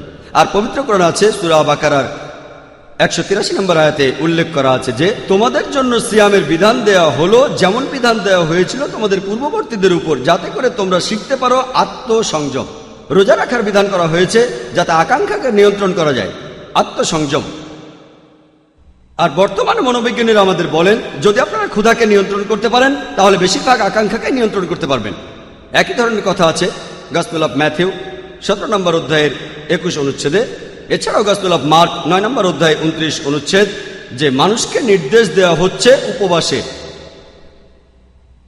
আর রমজান মাসের সময় আপনি চেষ্টা করবেন কোনো খারাপ কাজ যাতে না করেন। যে খারাপ কাজগুলো আপনি সাধারণত অন্য সময় করতেন, রোজার সময় সে কাজগুলো করবেন না। আর এটাই আপনি অভ্যস্ত হয়ে যেতে পারেন যে ভালো কাজগুলো করতেন না।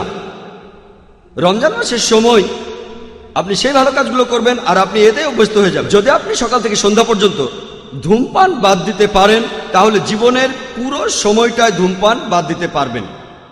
যদি আপনি সকাল থেকে সন্ধ্যা পর্যন্ত মাদকদ্রব্য বাদ দেন তাহলে জীবনের পুরো সময়টা এটা বাদ দিতে পারবেন। আরো একটা ব্যাপার, রোজা রাখলে আমাদের হজম শক্তি বৃদ্ধি পায়। এগুলো হলো ইসলামের প্রধান 5টি স্তম্ভ। তবে শুধু এই 5টা স্তম্ভ দিয়ে পুরো ইসলাম ধর্মটা তৈরি হয়নি। আমাদের প্রিয় নবী বলেছেন এগুলো 5টা মূলনীতি, 5টা স্তম্ভ। আর একজন ইঞ্জিনিয়ার, একজন আর্কিটেক্ট বলবেন যদি স্তম্ভটা শক্ত হয় তাহলে কাঠামোটাও শক্ত হবে। তাই যদি কোনো মানুষ সঠিক নিয়মে এই 5টা স্তম্ভ মেনে চলেন, ইনশাআল্লাহ তার জীবনের অন্যান্য মূলনীতিগুলোও শক্ত হবে। পবিত্র কোরআনে সূরা জারিয়াতের 56 নম্বর আয়াতে উল্লেখ করা হয়েছে, মা খালাকতুল জিন্না ওয়াল ইনসা ইল্লা লিয়াবুদুন। আমি জিন ও মানুষকে সৃষ্টি করেছি এই জন্য যে তারা আমার ইবাদত করবে। তার মানে আল্লাহ সুবহানাহু ওয়া তাআলা জিন ও মানুষকে সৃষ্টি করেছেন তার ইবাদতের জন্য। আরবিতে যে ইবাদত শব্দটা, সেটা এসেছে মূল শব্দ আবদ থেকে। আবদ আরবিতে আবদ মানে আল্লাহ সুবহানাহু ওয়া তাআলার দাস। এছাড়া এটার অর্থ হলো ভৃত্য। তাহলে ইবাদত হলো কোনো একজন মানুষের সেবা যে তার প্রভুকে মান্য করবে।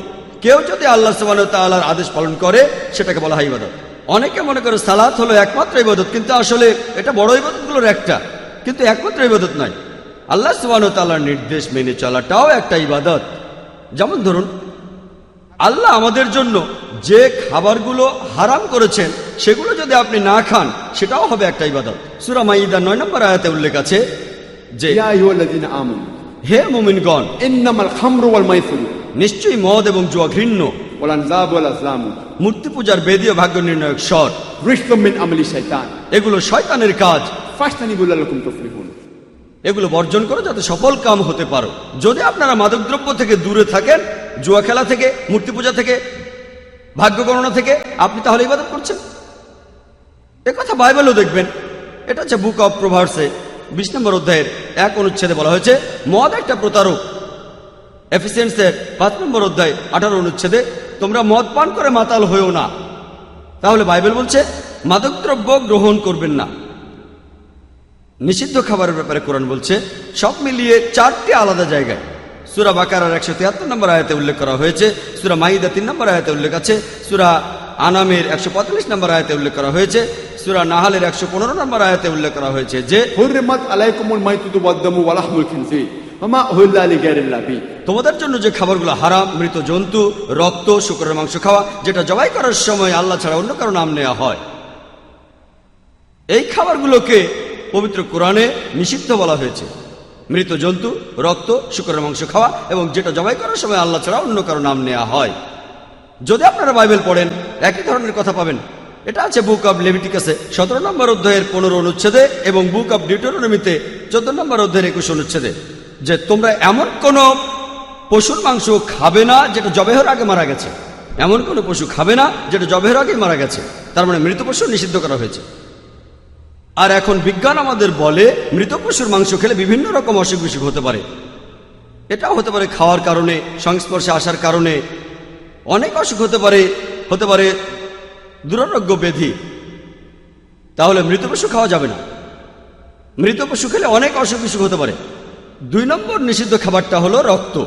হুররিমাত আলাইকুমুল মাইতাতু ওয়াদ-দামু, রক্ত। একই কথা আছে পবিত্র বাইবেলে। সব মিলিয়ে 5টি অনুচ্ছেদে বাইবেল রক্ত খাওয়াকে নিষিদ্ধ ঘোষণা করেছে।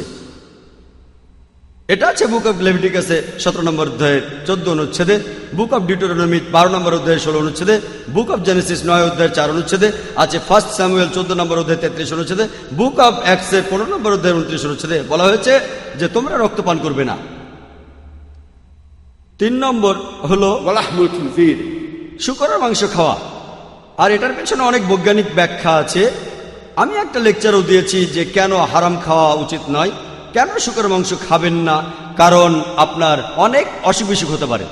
এক কথা বলা আছে পবিত্র বাইবেলে, বাইবেল পড়লে দেখবেন বুক অব লেভিটিকাস 11 নম্বর অধ্যায়ের 7 ও 8 অনুচ্ছেদ বলছে যে শূকর, যদিও এদের পায়ের খুর 2 ভাগ, খুরে 2টো ভাগ আছে, তারপরও এরা জাবর কাটে না, এর মাংস তোমাদের জন্য অপরিচ্ছন্ন।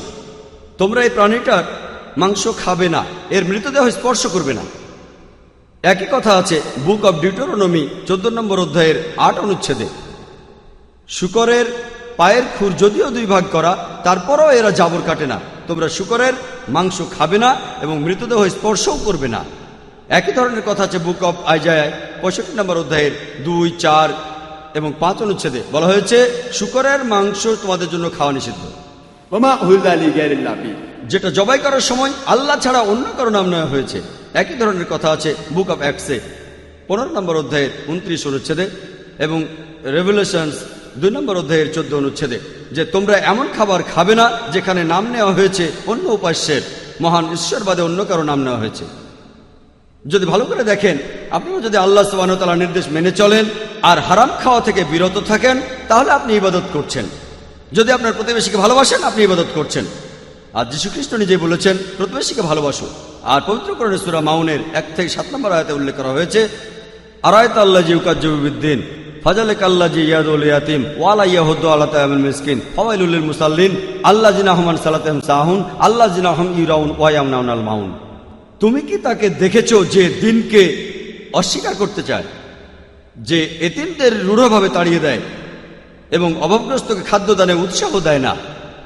দুর্ভোগ তাদের যারা সালাত সম্পর্কে উদাসীন, যারা লোক দেখানোর জন্য সালাত আদায় করে এবং প্রতিবেশীর কোনো কাজে সাহায্য করে না। যদি প্রতিবেশীকে ভালোবাসেন, যদি প্রতিবেশীদের সাহায্য করেন, আপনি তাহলে আল্লাহ তাআলার ইবাদত করছেন। যদি ব্যবসায় সৎ থাকেন, আপনি ইবাদত করছেন।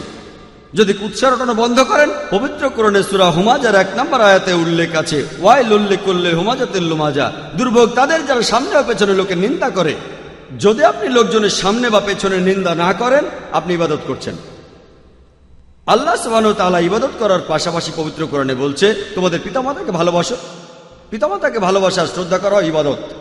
পবিত্র কোরআনে সূরা ইসরার 23 ও 24 নম্বর আয়াতে উল্লেখ করা আছে, আমি আদেশ দিয়েছি আমাকে ছাড়া অন্য কারো ইবাদত করো না, আর পিতামাতার সাথে সদ্ব্যবহার করো। যদি তাদের মধ্যে একজন বা দুজনে বার্ধক্য উপনীত হয়, তাদেরকে কোনো রকম ধমক দিও না, এমনকি তাদেরকে উফ শব্দটাও বলতে পারবে না, বরং মমতার বশে নম্র ব্যবহার করো আর তাদের সাথে সদয় ব্যবহার করো।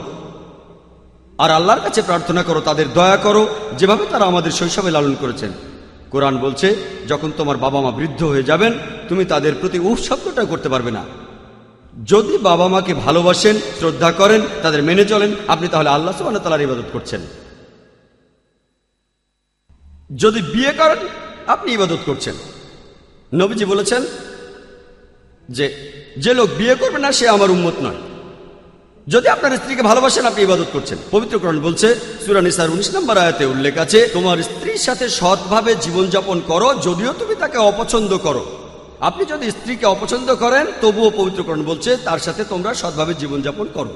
যদি ব্যভিচার থেকে দূরে থাকেন, আপনি ইবাদত করছেন। পবিত্র কোরআনে সূরা ইসরার 32 নম্বর আয়াতে উল্লেখ আছে, তোমরা জিনার নিকটবর্তী হয়েও না, এটা খারাপ কাজ, আর অন্য খারাপ কাজের পথ সে খুলে দেয়। যদি ভদ্রভাবে পোশাক পরেন, আপনি ইবাদত করছেন, তাহলে আল্লাহ তাআলার ইবাদত করছেন। কোরআন প্রথমে যে হিজাবের কথা বলেছে সেটা পুরুষের। সূরা নূরের 30 নম্বর আয়াতে উল্লেখ আছে যে মুমিন লোকদের বলো তারা দৃষ্টি সংযত করবে, লজ্জাস্থানের হেফাজত করবে। যখন কোনো পুরুষ কোনো মহিলার দিকে তাকায়, কোনো রকম খারাপ চিন্তা, কোনো বাজে চিন্তা যদি তার মাথায় আসে, সে দৃষ্টি নিচু করবে। এটা হলো পুরুষের হিজাব। আর বাইবেলে যীশু খ্রিস্ট একই ধরনের কথা বলেছেন। গসপেল অফ ম্যাথিউ 5 নম্বর অধ্যায়ের 27 ও 28 অনুচ্ছেদে যীশু খ্রিস্ট বলেছেন যে প্রাচীনকাল থেকে কথা বলা হচ্ছে যে তোমরা ব্যভিচার করবে না, আর এখন আমি তোমাদের বলছি, যদি কোনো পুরুষ কোনো মহিলার দিকে তাকায় লালসা দৃষ্টি নিয়ে, সেই পুরুষ তাহলে মনে মনে ব্যভিচার করে ফেলেছে। যদি কোনো পুরুষ কোনো মহিলার দিকে লালসা দৃষ্টিতে তাকায়, সেই পুরুষ তাহলে মনে মনে ব্যভিচার করে ফেলেছে। তাহলে যীশুখ্রিস্ট নিজের মুখেই বলে গিয়েছেন, তোমরা কোনো মহিলার দিকে লালসা দৃষ্টিতে তাকাবে না। এরপরে পবিত্র কোরআনে সূরা নূরের 31 নম্বর আয়াত মহিলার হিজাবের কথা বলেছে। মুমিন নারীদের বলো দৃষ্টি সংযত ও লজ্জাস্থানের হেফাজত করতে, যেটা সাধারণত প্রকাশ থাকে সেটা ছাড়া আবরণ প্রকাশ না করতে। মাথার কাপড়ে গ্রীবা ও বক্ষদেশ ঢাকবে, তবে নিজের স্বামী বা বাবা বা ছেলে অথবা নিকট কিছু আত্মীয় স্বজন যাদের বিয়ে করা যাবে না তাদের সামনে ছাড়া। আর হিজাব পালনের 6টা নিয়ম আছে। সহিহ হাদিসের পবিত্র কোরআনে উল্লেখ আছে। প্রথমটা হলো পুরুষ আর মহিলাদের ক্ষেত্রে হিজাবের শর্ত। পুরুষের জন্য নাভি থেকে হাঁটু পর্যন্ত, আর মহিলাদের জন্য পুরো শরীরটাই ঢেকে রাখতে হবে। যে অংশটা দেখা যেতে পারে মুখমণ্ডল আর কবজি পর্যন্ত, চাইলে এগুলোও ঢেকে রাখতে পারেন। 2 নম্বরটা হলো তারা যে পোশাক পরবে সেই পোশাকগুলো শরীরের কাঠামো বোঝার মতো টাইট হবে না। 3 নম্বর, এমন স্বচ্ছ হবে না যেন ভেতর থেকে দেখা যায়। 4 নম্বর, পোশাকটা এমন হবে না যাতে বিপরীত লিঙ্গ আকৃষ্ট হয়। 5 নম্বর, অবিশ্বাসীদের পোশাকের মতো হবে না। 6 নম্বর, পোশাকটা বিপরীত লিঙ্গের পোশাকের মতো হবে না। আর বাইবেলও একই ধরনের কথা আছে। বাইবেলের বুক অব ডিউটেরোনমি 22 নম্বর অধ্যায়ের 5 অনুচ্ছেদ বলছে, মহিলারা এমন কোনো পোশাক পরবে না যেটা সাধারণত পুরুষরা পরে, আর পুরুষেরা এমন কোনো পোশাক পরবে না যেটা মহিলারা পরে থাকে। হিজাবের ক্ষেত্রে ঠিক একই ধরনের কথা বলা হয়েছে। আপনারা বিপরীত লিঙ্গের পোশাকের মতো পোশাক পরবেন না। বাইবেলে একই কথা বলছে। যদি পশ্চিমা দেশগুলোতে দেখেন, পুরুষরা কানে দুল পরে। এক কানে দুল পরার কিন্তু একটা অর্থ আছে, জানেন আপনারা? এক কানে দুল। ইসলাম ধর্মে এটা নিষিদ্ধ, এমনকি বাইবেলও এটার বিরুদ্ধে। এটা কেন করে আমি জানি না। আপনারা বাইবেল পড়লে দেখবেন 1 তিমথিতে আছে 2 নম্বর অধ্যায়ের 9 নম্বর অনুচ্ছেদ বলছে যে মহিলারা তারা পোশাক পরবে শালীনভাবে, ভদ্রতার সাথে এবং লজ্জাস্থানের নিবারণ করবে। তারা দামি কোনো পোশাক বা স্বর্ণ দিয়ে কারুকাজ করা চুল পরবে না। এছাড়াও তারা স্বর্ণ বা মুক্তাও পরবে না, সাধারণভাবে থাকবে। আর এই ব্যাপারে আরও আছে দ্য 1 করিন্থিয়ান 11 নম্বর অধ্যায়ের 5 ও 6 অনুচ্ছেদে বলা হয়েছে, যে মহিলা তার মাথা কাপড় দিয়ে ঢেকে রাখে না সে তার মাথাকে অসম্মান করে। যে মহিলা কাপড় দিয়ে তার মাথা ঢাকে না সে তার মাথাকে অসম্মান করে। আর 6 নম্বর অনুচ্ছেদ বলছে, যে মহিলা তার মাথা কাপড় দিয়ে ঢেকে রাখে না তার মাথা কামিয়ে দিতে হবে। পবিত্র বাইবেল বলছে 1 করিন্থিয়ান 11 নম্বর অধ্যায়ের 5 ও 6 অনুচ্ছেদ, যে মহিলা কাপড় দিয়ে মাথা ঢেকে রাখে না তার মাথা কামিয়ে দিতে হবে। কোরআন বা সহিহ হাদিসে কথা বলছে না, বাইবেলে কথা বলছে। যদি কোনো মহিলা তার মাথার চুল ঢেকে না রাখে তাহলে তার মাথা কামিয়ে দিতে হবে। যদি যীশু খ্রিস্টের নির্দেশগুলো পালন করলেই খ্রিস্টান হওয়া যায়, তাহলে মুসলিমরা আমরা খ্রিস্টানদের চাইতে বেশি খ্রিস্টান। যদি আপনারা দেখেন, মুসলিমদের জন্য একটা সুন্নাহ হলো আমরা খাতনা করি। বাইবেলে একই কথা আছে। পবিত্র বাইবেল পড়লে আপনারা দেখতে পাবেন গসপেল অফ জন 7 নম্বর অধ্যায়ের 22 অনুচ্ছেদ যে মুসা তোমাদের দিয়েছেন খতনা করার একটি নিয়ম। অ্যাক্টসের 7 নম্বর অধ্যায়ের 8 অনুচ্ছেদে যে তোমাদের জন্য খতনা করার নিয়ম দেওয়া হয়েছে।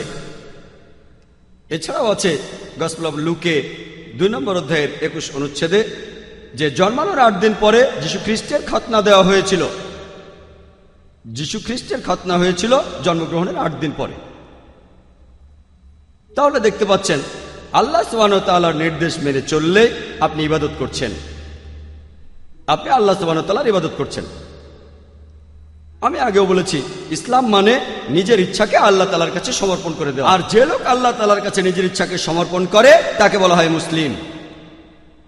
আর পবিত্র কোরআনে সূরা আল ইমরানের 52 নম্বর আয়াতে উল্লেখ আছে যে যীশু খ্রিস্ট ছিলেন একজন মুসলিম। একই ধরনের কথা আছে বাইবেলে গসপেল অফ জন 5 নম্বর অধ্যায়ের 30 অনুচ্ছেদে। যীশু খ্রিস্ট নিজের মুখেই বলেছেন, আমার ইচ্ছা নয় আমার পিতার ইচ্ছাকে দেখি। আমি নিজের থেকে কিছুই করতে পারি না, আমি সবকিছু শুনে বিচার করি, আর আমার বিচার সঠিক, কারণ এখানে আমি আমার ইচ্ছাকে দেখি না, আমার পিতার ইচ্ছাকে দেখি। আমার ইচ্ছা নয়, মহান স্রষ্টার ইচ্ছাকে দেখি। যদি এটার আরবি করেন সেটা হবে ইসলাম। আর যে ব্যক্তি ইসলাম মেনে চলে তাকে বলা হয় মুসলিম। তাহলে বাইবেলের কথা অনুযায়ী যীশু খ্রিস্ট ছিলেন একজন মুসলিম। আমার লেকচার শেষ করার আগে পবিত্র কোরআনের একটি আয়াতের উদ্ধৃতি দিচ্ছি। সূরা নাহলের 125 নম্বর আয়াতে উল্লেখ করা হয়েছে, মানুষকে তোমার প্রতিপালকের পথে আহ্বান করা হিকমত ও সদুপদেশ দ্বারা, তাদের সাথে তর্ক করো, তাদেরকে যুক্তি দেখাও সবচেয়ে উত্তম পন্থায়। ওয়া আখিরু দাওয়ানা আলহামদুলিল্লাহি রাব্বিল আলামিন। আমি মোহাম্মদ ফরিদ উদ্দিন ফিজিওথেরাপি নিয়ে পড়াশোনা করছি। Physiotherapy student.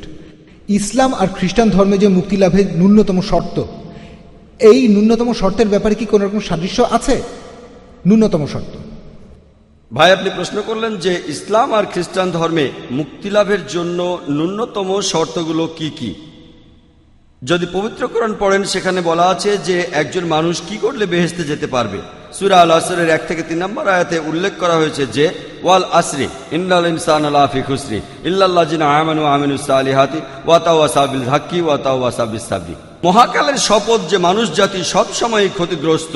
তারা শুধু নয়, যারা ঈমান আনে, যারা সৎকর্ম করে, যারা মানুষকে সত্যের উপদেশ দেয়, যারা মানুষকে ধৈর্য আর অধ্যবসায়ের উপদেশ দেয়। তাহলে যদি কেউ বেহেশতে যেতে চান, জান্নাতে যেতে চান, কমপক্ষে 4টা শর্ত পূরণ করতে হবে: ঈমান, সৎকর্ম, মানুষকে সত্যের উপদেশ দেয়া আর ধৈর্য ও অধ্যবসায়ের উপদেশ দেয়া। যদি এই 4টা শর্তের মাত্র একটাও বাদ থাকে, সাধারণ পরিস্থিতিতে সেই লোক জান্নাতে যেতে পারবেন না। যদি আল্লাহ ক্ষমা করে দেন সেটা আলাদা কথা। সাধারণ পরিস্থিতিতে 4টা শর্তই পূরণ করতে হবে। এগুলো ন্যূনতম 4টা শর্ত। আর আল্লাহ যে অপরাধটা কখনোই ক্ষমা করবেন না, আমি আমার লেকচার আগেও বলেছি। সূরা নিসার 48 নম্বর আয়াতে উল্লেখ করা আছে, আর সূরা নিসার 116 নম্বর আয়াতে উল্লেখ করা আছে, সেটা হলো শিরক। আর খ্রিস্টান ধর্মে চার্চ যেটা বলে, প্রথমে চার্চের কথা বলছি, তারপর বাইবেলের কথা বলছি। চার্চ যেটা বলে, যদি বিশ্বাস করেন যে যীশু খ্রিস্ট আমাদের পাপের জন্য মারা গেছেন, আমাদের অপরাধের জন্য মারা গেছেন, যদি এটা বিশ্বাস করেন আপনি মুক্তি লাভ করেছেন। যদি বিশ্বাস করেন যে যীশু খ্রিস্টকে হত্যা করা হয়েছিল, তিনি আপনার অপরাধের জন্য ক্রুশবিদ্ধ হয়েছেন, আপনি মুক্তি লাভ করেছেন। এই প্রমাণটা আপনি বাইবেলেও পাবেন যে যীশু খ্রিস্ট ক্রুশবিদ্ধ হননি। এটার উপর লেকচার দিতে পারি, এটার উপর আমার একটা ভিডিও ক্যাসেট আছে, সেটা দেখতে পারেন। আমি সেখানে প্রমাণ করেছি যে যীশু খ্রিস্ট ক্রুশবিদ্ধ হননি। পবিত্র কোরআন দিয়ে নয়, পবিত্র বাইবেল দিয়েই। কোরআন সেটা বলে, আমরাও মানি। এমনকি বাইবেলও যদি সঠিকভাবে পড়েন, এই কথা বলে না যে যীশু ক্রুশবিদ্ধ হয়েছিলেন। কিন্তু চার্চ বলে, যদি আপনি এটা বিশ্বাস করেন যে যীশু খ্রিস্ট আপনার পাপের জন্য মারা গিয়েছেন, আপনি মুক্তি লাভ করবেন। যদি আপনি পড়েন, কিন্তু যীশু খ্রিস্ট নিজের মুখে বলেছেন, তিনি ঠিক উল্টোটাই বলেছেন। যদি গসপেল অফ ম্যাথিউ পড়েন 19 নম্বর অধ্যায়ের 16 থেকে 18 অনুচ্ছেদ বলছে, একজন লোক যীশু খ্রিস্টের কাছে এসে জিজ্ঞেস করলো, আমি কোন ভালো কাজটা করব যাতে চিরস্থায়ী জীবন পেতে পারি। চিরস্থায়ী জীবন মানে বেহেশতের জীবন। একজন লোক যীশু খ্রিস্টের কাছে এসে প্রশ্ন করলো, হে ভালো প্রভু, আমি কোন কাজটা করলে চিরস্থায়ী জীবন পেতে পারি? যীশু খ্রিস্ট তখন বললেন, কেন তুমি আমাকে ভালো বলছো? ভালো শুধুমাত্র একজনই, আমার পিতা যিনি স্বর্গে আছেন। কেন তুমি আমাকে ভালো বলছো? ভালো শুধু একজনই, স্বর্গে যিনি আমার পিতা। আর যদি তুমি চিরস্থায়ী জীবন পেতে চাও, ঈশ্বরের নির্দেশ মানো। তিনি বলেননি যে চিরস্থায়ী জীবন পেতে আমাকে ঈশ্বর মানতে হবে। তিনি বলেননি যে চিরস্থায়ী জীবন পেতে এটা বিশ্বাস করতে হবে যে আমি তোমাদের পাপের জন্য ক্রুশবিদ্ধ হয়ে মারা গেছি। তিনি বলেছেন চিরস্থায়ী জীবন পেতে হলে ঈশ্বরের যে নির্দেশ সেগুলো মেনে চলতে হবে। তার মানে যদি আপনি বেহেশতে যেতে চান বাইবেলের কথা অনুযায়ী, আপনাকে তাহলে ঈশ্বরের সবগুলো নির্দেশ মেনে চলতে হবে। শুকরের মাংস খাবেন না, মদ খাওয়া যাবে না, জুয়া খেলা যাবে না, নামাজ আদায় করতে হবে, সেজদায় যেতে হবে, সবগুলো আপনাকে মানতে হবে।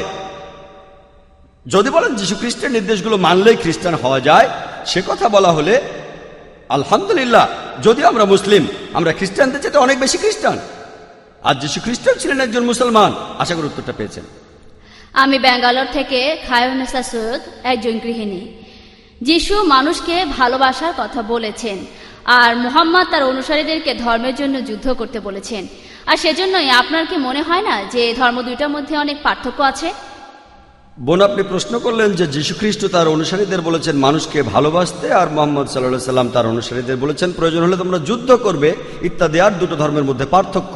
বোন, যদি আপনি জানেন, এটা আছে গসপেল অফ ম্যাথিউ 5 নম্বর অধ্যায়ে বলা হয়েছে যে যীশু খ্রিস্ট নিজের মুখেই বলেছেন, এই আইনটা প্রাচীনকালের আইন, যে চোখের বদলে চোখ আর দাঁতের বদলে দাঁত।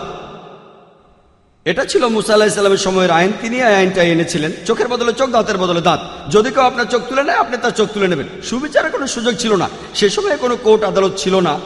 আপনি আমার চোখ তুললে আপনারটাও আমি তুলবো। চোখের বদলে চোখ, দাঁতের বদলে দাঁত। আপনি আমার দাঁত ফেলে দিলে আমিও আপনারটা ফেলে দেবো। ডাইরেক্ট, সবকিছুই শর্টকাট, আদালতে যাওয়ার কোনো প্রয়োজন নেই। কিন্তু যদি কোনো বাচ্চা ছেলে খেলা করতে করতে আপনার চোখে আঘাত করে, এখনকার দিনে যদি কেউ ভুল করে আপনাকে চোখে আঘাত করে, আপনি তার চোখ তুলে নেবেন না, যদি ভুল করে হয়। আর যীশু খ্রিস্ট তিনি শান্তিতে থাকুন, আরেকজন আধ্যাত্মিক নেতা, তিনি আরেকজন ঈশ্বরের প্রেরিত দূত। মানুষ তখন এই আইনটা মেনে চলতো, চোখের বদলে চোখ, দাঁতের বদলে দাঁত। যিশু এটার প্রতিকার করলেন। এটা আছে গসপেল অফ ম্যাথিউ 5 নম্বর অধ্যায়, যে এটা প্রাচীনকালের নিয়ম, চোখের বদলে চোখ, দাঁতের বদলে দাঁত। কিন্তু আমি তোমাদেরকে বলছি যে যদি কেউ তোমার গালে এক থাপ্পড় মারে, আরেকটা গাল বাড়িয়ে দিও। যদি কেউ তোমার কাছে গরম কাপড় চায় তাকে তোমার কম্বল দিয়ে দাও। যদি কেউ তার সাথে 1 মাইল হাঁটতে বলে তুমি 2 মাইল হাঁটো। যদি কেউ আপনার এক গালে থাপ্পড় মারে আরেকটা বাড়িয়ে দিন। মানুষ তখন সেই আইনটাই মেনে চলতো, তারা মুসার আইন মেনে চলতো। যীশু খ্রিস্ট এর প্রতিকার চাইলেন আর নতুন আইনের কথা বললেন যে কেউ তোমার এক গালে থাপ্পড় মারলে আরেকটা বাড়িয়ে দাও। আইনটা সে সময়ের জন্য ভালো। তবে আমি প্রশ্ন করছি, এখন কোনো খ্রিস্টান কি এটা মেনে চলেন? যদি এক গালে থাপ্পড় মারেন আর লোকজন সামনে থাকলে হয়তো আরেকটা বাড়িয়ে দিতে পারে, কিন্তু যদি আপনি কোনো ফাদারের কাছে বা যাজকের কাছে যান তারপর জোরে একটা থাপ্পড় মারেন, হয়তো মানুষের সামনে তিনি একটা থাপ্পড় খাবেন। আপনি থাপ্পড় মারতে থাকলে তিনি কখনোই গাল বাড়িয়ে দেবেন না। তবে এখন সেই সময় না যে কেউ থাপ্পড় মারবে আর আরেকটা গাল বাড়িয়ে দেবেন। যদি কেউ ভুল করে আপনাকে থাপ্পড় মারে ক্ষমা করে দিতে পারেন, কিন্তু যদি কেউ ইচ্ছে করে থাপ্পড় মারে আর আপনি যদি গাল বাড়িয়ে দেন, প্রত্যেকদিন সকালে আপনাকে একটা থাপ্পড় সে মেরে যাবে। হয়তো 1 দিন বা 2 দিন ফাদার রাজি হবে, তবে প্রত্যেকদিন থাপ্পড় মারতে থাকলে তিনি আরেকটা গাল বাড়িয়ে দেবেন না। এই কাজ করবেন না। তাহলে নবীজি মুহাম্মদ সাল্লাল্লাহু আলাইহি সাল্লাম তিনি আরেকজন ঈশ্বর প্রেরিত দূত। তিনি যে আইনটা আনলেন যে তোমরা পরিস্থিতিটা বিচার করবে। পবিত্র কোরআনে সূরা নিসার 171 নম্বর আয়াতে উল্লেখ আছে, লা তাগুল ফি দীনিকুম, তোমরা দিনের ব্যাপারে বাড়াবাড়ি করিও না। ইসলাম মধ্যম পন্থা, মধ্যবর্তী পথ। যদি কেউ আপনাকে ভুল করে আঘাত করে তাকে ক্ষমা করতে পারেন, কিন্তু কেউ যদি আপনাকে ইচ্ছে করে আঘাত করে আপনিও তাকে আঘাত করেন। ইসলামিক আইন বলে যদি কারো উপর অত্যাচার করা হয়, সে যদি প্রতিবাদ না করে তাহলে যার উপর অত্যাচার করা হচ্ছে সেও অপরাধী। যদি কেউ আপনার সাথে অন্যায় করে আপনি যদি তাকে শুধরে না দেন তাহলে আপনিও একজন অপরাধী। যার উপর অত্যাচার করা হচ্ছে তার প্রতিবাদ করা উচিত, অত্যাচারীকে একটা শিক্ষা দেওয়া উচিত। যদি সেটা না করে তাহলে সেও অপরাধী। যেমন ধরেন একজন লোক কোনো একটা অন্যায় করছে, আপনি দেখছেন কেউ চুরি করছে, আপনি দেখছেন কেউ মহিলাদের উত্ত্যক্ত করছে। আমাদের প্রিয় নবী বলেছেন, যদি কোনো অন্যায় কাজ দেখো সেটা হাত দিয়ে থামাও, সেটা সবচেয়ে ভালো। যদি তুমি হাত দিয়ে অন্যায়টা থামাতে না পারো তাহলে তোমার মুখ দিয়ে থামাও, তাকে বলে এই কাজ করো না। যদি সেটাও না পারো অন্তত পক্ষে মনে মনে তাকে অভিশাপ দাও। এটা হচ্ছে বিশ্বাসীদের সবচেয়ে নিচের স্তর। অন্তত পক্ষে মনে মনে খারাপ বলেন। তাহলে ইসলাম এমন ধর্ম যেটা মধ্যম পথের কথা বলে। নবীজি সাল্লাল্লাহু আলাইহি সাল্লাম আমাদের শিখিয়েছেন, যদি খারাপ লোকেরা তোমাদের সাথে লড়াই করতে যায় তোমরা ভয় পেও না, তাদের সাথে লড়াই করো। যদি পাল্টা লড়াই না করেন তারা পৃথিবীর সব গরিব মানুষের উপর অত্যাচার করবে। যদি আল্লাহ আপনাকে লড়াই করার শক্তি দিয়ে থাকেন আর কাউকে অন্যায় করতে দেখেন, এটা আবশ্যিক যে সেই অন্যায়ের বিরুদ্ধে আপনি লড়াই করবেন, এটা করতে হবে। আর তাই আজকের দিনে সবচেয়ে ভালো আইন অন্যায়ের বিরুদ্ধে লড়াই করতে হবে যাতে শান্তি বজায় থাকে। কারণ আজকের দিনে আমাদের সমাজ খুবই খারাপ হয়ে গেছে, চারদিকে অন্যায় অপরাধ বেড়েই চলেছে। যদি আপনি আজকে যীশু খ্রিস্টের আইন মেনে চলতে চান যে কেউ এক গালে থাপ্পড় মারলে আরেকটা বাড়িয়ে দেবেন, কেউ গরম কাপড় চাইলে তাকে কম্বলটা দিয়ে দেবেন, তাহলে আপনার বেঁচে থাকাটাই কষ্টকর হয়ে যাবে, পৃথিবীটা খারাপ। তাহলে এই পরিস্থিতিতে দেখা যাচ্ছে যে মুহাম্মদ সাল্লাল্লাহু আলাইহি সাল্লাম যে আইনটা আল্লাহর কাছ থেকে পেয়েছেন সেটাই শ্রেষ্ঠ আইন। এখনকার পরিস্থিতিতে এটাই শ্রেষ্ঠ আইন। আশা করি উত্তরটা পেয়েছেন। আমি রেভারেন্ড সলোমন অ্যালেগরি, কর্ণাটকের থিওলজিক্যাল কলেজের। আজকের আলোচনার বিষয় ছিল ইসলাম আর খ্রিস্টান ধর্মের মধ্যে সাদৃশ্য। কিন্তু আমি এখানে যা শুনলাম সেটাই দুই ধর্মের মধ্যেকার পার্থক্যগুলো, সেটার উপরেই বেশি গুরুত্ব ছিল। আমার কাছে সেটাই মনে হলো। আপনি যখন যিশু আর মুহাম্মদের কথা বলছিলেন যে যিশু এসেছেন শুধু ইহুদিদের জন্য আর মুহাম্মদ এসেছেন পৃথিবীর সব মানুষের জন্য, সবার জন্য, আমার মনে হয় না এটা সত্যি। আর বাইবেলেও এমন কথা বলা হচ্ছে না। আর আপনি বললেন যে যিশু ঈশ্বর নন। আপনি এখানে গসপেল থেকে সুবিধা মতো উদ্ধৃতি দিলেন যে যিশু বলেছেন আমার পিতা আমার চেয়ে বড়। কিন্তু এই ব্যাপারে কি বলবেন যখন যিশু নিজেই বলেছেন আমি সত্য আর জীবনের একমাত্র পথ, আমার পিতা এবং আমি এক, যারা আমাকে দেখছো তারা পিতাকেই দেখছো। এই কথাগুলো আছে আর বাইবেলে লেখা আছে পরিষ্কারভাবে যে যীশু খ্রিস্ট ঈশ্বর। সে কথাটাই আমরা বিশ্বাস করি আর পুরো পৃথিবীর মানুষই বিশ্বাস করে। হ্যাঁ, আমার প্রশ্ন। কোনো সমস্যা নেই ভাই, আপনি যতগুলো ইচ্ছা প্রশ্ন করতে পারেন আমাকে। ভাই আপনি বললেন যে আজকের বিষয়টা ছিল ইসলাম আর খ্রিস্টান ধর্মের সাদৃশ্য, কিন্তু আমি সাদৃশ্যের চেয়ে পার্থক্য নিয়ে কথা বলেছি বেশি। ভাই যদি আপনি ভালো করে দেখেন, আমি বাইবেল থেকে উদ্ধৃতি দিয়েছি, অধ্যায় অনুচ্ছেদ বাইবেল থেকে উদ্ধৃতি দিয়েছি। আমি এখানে বলবো যে ইসলাম আর খ্রিস্টান ধর্মের মধ্যে অনেক সাদৃশ্য আছে, আর আমি এখানে সেই সাদৃশ্যগুলোর উপর বেশি জোর দিয়েছি যেগুলোর কথা বাইবেল ও কোরআনে আছে, কিন্তু খ্রিস্টানরা সেগুলো মানে না। আমি এমন কথা বলছি না যে খ্রিস্টান ধর্মের অনুসারীরা বাইবেল মানছে কি মানছে না। এই বিষয়টা যদি আসে হতে পারে মুসলিম আর খ্রিস্টানদের মধ্যে পার্থক্য, আজকের বিষয় মুসলিম আর খ্রিস্টানদের মধ্যে পার্থক্য নয়, আজকের বিষয় ইসলাম ও খ্রিস্টান ধর্মের মধ্যে সাদৃশ্য। খ্রিস্টান ধর্ম আর এই ধর্মের অনুসারীদের মধ্যে পার্থক্য আছে, তেমনি ইসলাম আর মুসলিমদের মধ্যে পার্থক্য আছে। সেজন্য ভাই আপনাকে আমি মনে করিয়ে দেই, আজকের বিষয় মুসলিম আর খ্রিস্টানদের মধ্যেকার সাদৃশ্য নয়, ইসলাম ও খ্রিস্টান ধর্মের মধ্যে সাদৃশ্য। খ্রিস্টান ধর্মের ভিত্তি হলো পবিত্র বাইবেল। আমি যে সাদৃশ্যগুলো নিয়ে কথা বলেছিলাম সেটা কোরআন আর বাইবেলের। কোরআন আর বাইবেল দুই বলছে শুকর খেও না, কিন্তু খ্রিস্টানরা খায়, মুসলিমরা খায় না। কোরআন আর বাইবেল দুই গ্রন্থই বলছে তোমরা মদ খেও না, মুসলিমরা মদ খায় না, খ্রিস্টানরা খায়। কোরআন আর বাইবেল বলছে তোমরা খাতনা করো, মুসলিমরা খাতনা দেয়, আপনারা দেন না।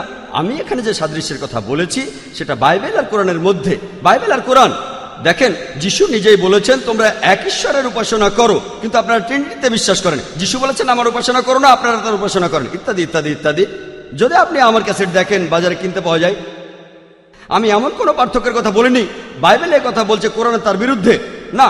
আমি সাদৃশ্য নিয়ে কথা বলেছি, সাদৃশ্য নিয়ে। আমি সেখানে পার্থক্যের কথা বলেছি, যেখানে খ্রিস্টান মিশনারিদের আমি বলেছিলাম তারা আমাকে বোঝাতে চাচ্ছিল যে ডিউটেরোনমির 18:18 সেটা হলো যিশু সম্পর্কে ভবিষ্যৎবাণী। সেখানে যুক্তি দিতে গিয়ে আমি মুসা আলাইহিস সালাম আর যিশু খ্রিস্টের পার্থক্যটা বলেছিলাম।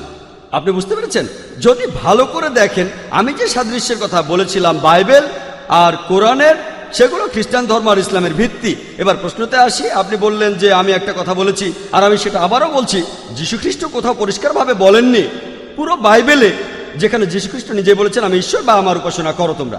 আপনি 3টি উদ্ধৃতি দিয়েছেন যে যীশু বলেছেন আমি সত্য এবং জীবনের একমাত্র পথ, কোনো মানুষ আমিও পিতার মধ্যে আসবে না, যারা আমাকে দেখছো তারা পিতাকে দেখছো, এবং আমি আর আমার পিতা এক। আপনি 3টি উদ্ধৃতি দিয়েছেন কোনো রেফারেন্স ছাড়া। আমি এই 3টি অনুচ্ছেদের রেফারেন্স দিচ্ছি। প্রথম 2টো অনুচ্ছেদ আছে গসপেল অফ জনে 14 নম্বর অধ্যায়ের 6 ও 9 অনুচ্ছেদে। চেক করতে পারেন, বাইবেল এখানে আছে। আমার মেমোরি থেকে আমি বলছি, আমি মুখস্থ বলছি, কিন্তু বাইবেল থেকে বলছি। আপনি একজন রেভারেন্ড আর আপনি থিওলজিক্যাল কলেজে পড়ান। যদি উল্টোপাল্টা বলে থাকি, বাইবেল এখানে আছে। লোকে বলতে পারে জাকির উল্টোপাল্টা বলছে আর উদ্ধৃতি দিয়ে যাচ্ছে, রেফারেন্সটা এখানে আছে। আপনি অনুচ্ছেদগুলো বললেন, আমি রেফারেন্সটা দিলাম। তবে ভাই এখানে আপনাকে প্রসঙ্গটা দেখতে হবে। ভাই শোনেন, আপনি প্রসঙ্গ ছাড়া কোনো উদ্ধৃতি দিতে পারবেন না, তাই আপনি প্রসঙ্গ ছাড়া বলছেন। আমি প্রসঙ্গটা বলছি, আপনি উদ্ধৃতি দিলেন, আমি প্রসঙ্গটা বলছি। আমার মেমোরি থেকে আমি বলছি, চেক করে দেখতে পারেন ভুল বলছি কিনা। প্রসঙ্গটা জানতে 1 নম্বর অনুচ্ছেদে যান, গসপেল অফ জন 14 নম্বর অধ্যায়ের 1 অনুচ্ছেদ দেখলে প্রসঙ্গটা আপনি বুঝতে পারবেন।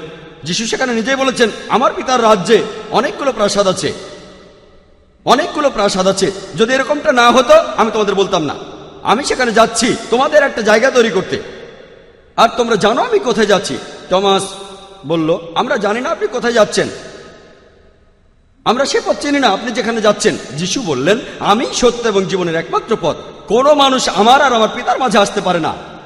আমিও এটার সাথে একমত যে যীশু খ্রিস্ট সত্য ও জীবনের পথ, কোনো মানুষ আল্লাহর কাছে যাবে না যীশু খ্রিস্টকে বাদ দিয়ে। এটা তার সময়ে, প্রত্যেক নবী তার সময়ে ছিলেন আল্লাহর পথে, সত্য আর জীবনের একমাত্র উপায়। মুসা আলাইহিস সালামের সময় তিনি ছিলেন সত্য আর জীবনের একমাত্র পথ। কোনো মানুষই মুসা আলাইহিস সালাম আর আল্লাহর মাঝখানে আসবে না। যীশু খ্রিস্টের সময় তিনি ছিলেন সত্য আর জীবনের একমাত্র পথ, আর নবীজি সাল্লাল্লাহু আলাইহি সাল্লামের সময় তিনি ছিলেন সত্য আর জীবনের একমাত্র পথ। তাহলে প্রত্যেক নবী তার সময়ে তিনি ছিলেন সত্যের পথ, আর আমি একমত। এর অর্থ যদি আমাকে অনুসরণ করো তাহলে ঈশ্বরকে মেনে চলছো, তিনি ছিলেন পথ। এরপরে যদি বাইবেল পড়েন, যিশুকে তার শিষ্যরা বলল যে আমরা তো ঈশ্বরকে দেখিনি। তখন যিশু তাদের বললেন যারা আমাকে দেখছো তারা ঈশ্বরকে দেখছো। আমাকে দেখছো মানে যারা আমার নির্দেশ মেনে চলছো তারা আসলে মহান ঈশ্বরের নির্দেশ মেনে চলছো। যারা আমাকে দেখছো তারা ঈশ্বরকে দেখছো। যদি প্রসঙ্গটা দেখেন, প্রথম অনুচ্ছেদেই আছে আমার পিতার রাজ্যে অনেক প্রাসাদ আছে। তিনি বলেননি যে আমার রাজ্যে অনেক প্রাসাদ আছে। এখানে দেখতে পাচ্ছেন তিনি মহান ঈশ্বরের কথা বলেছেন। পরিষ্কারভাবে বলা আছে। যদি প্রসঙ্গটা পড়েন তাহলে বুঝতে পারবেন এখানে যিশু বোঝাতে চাচ্ছেন যদি আমাকে অনুসরণ করো, আমি সত্যের একমাত্র পথ। যদি তোমরা আমার নির্দেশ মেনে চলো তাহলে তোমরা ঈশ্বরের নির্দেশ মেনে চলছো।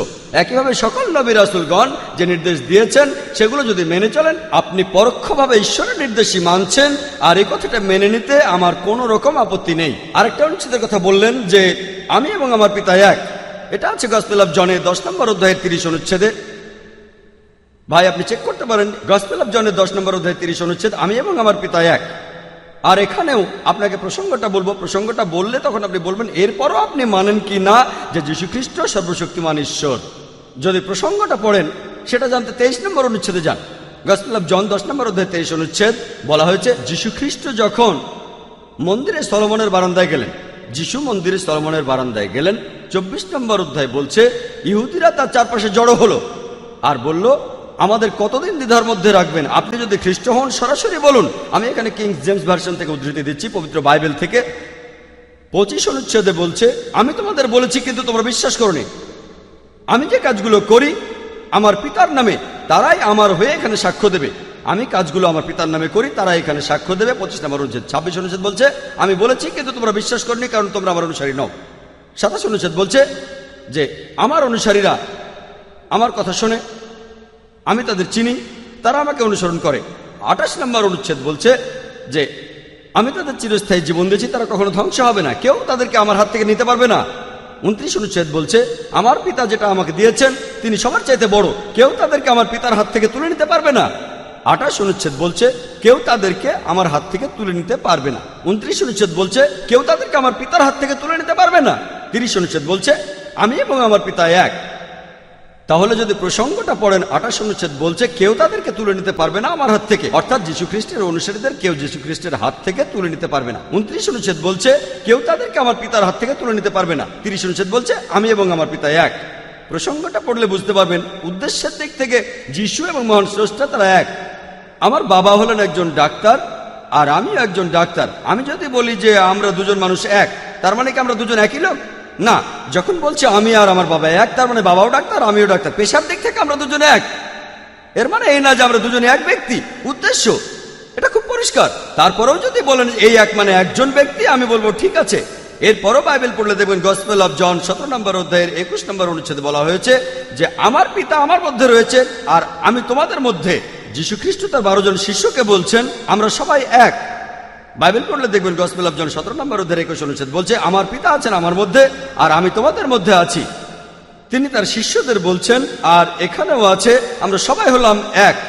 যদি একজন ব্যক্তি ধরেন তাহলে 14 জন ঈশ্বরকে মানতে হবে, মহান স্রষ্টা, যীশু খ্রিস্ট আর 12 জন শিষ্য।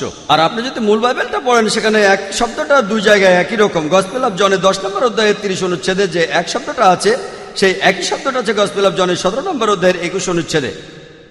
একই শব্দ, আমার পিতা আমার মধ্যে, আমি তোমাদের মধ্যে আর আমরা সবাই এক।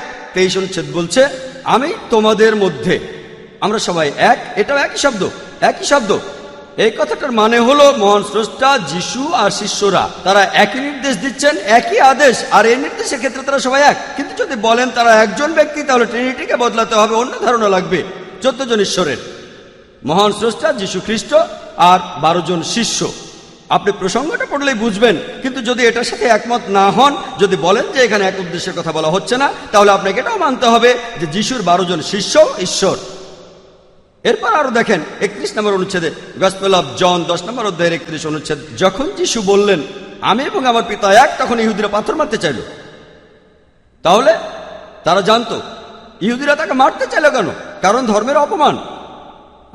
দেখো, খ্রিস্টানরা বলে তিনি নিজেকে ঈশ্বর বলেছেন কারণ পাপমোচন করতে চান।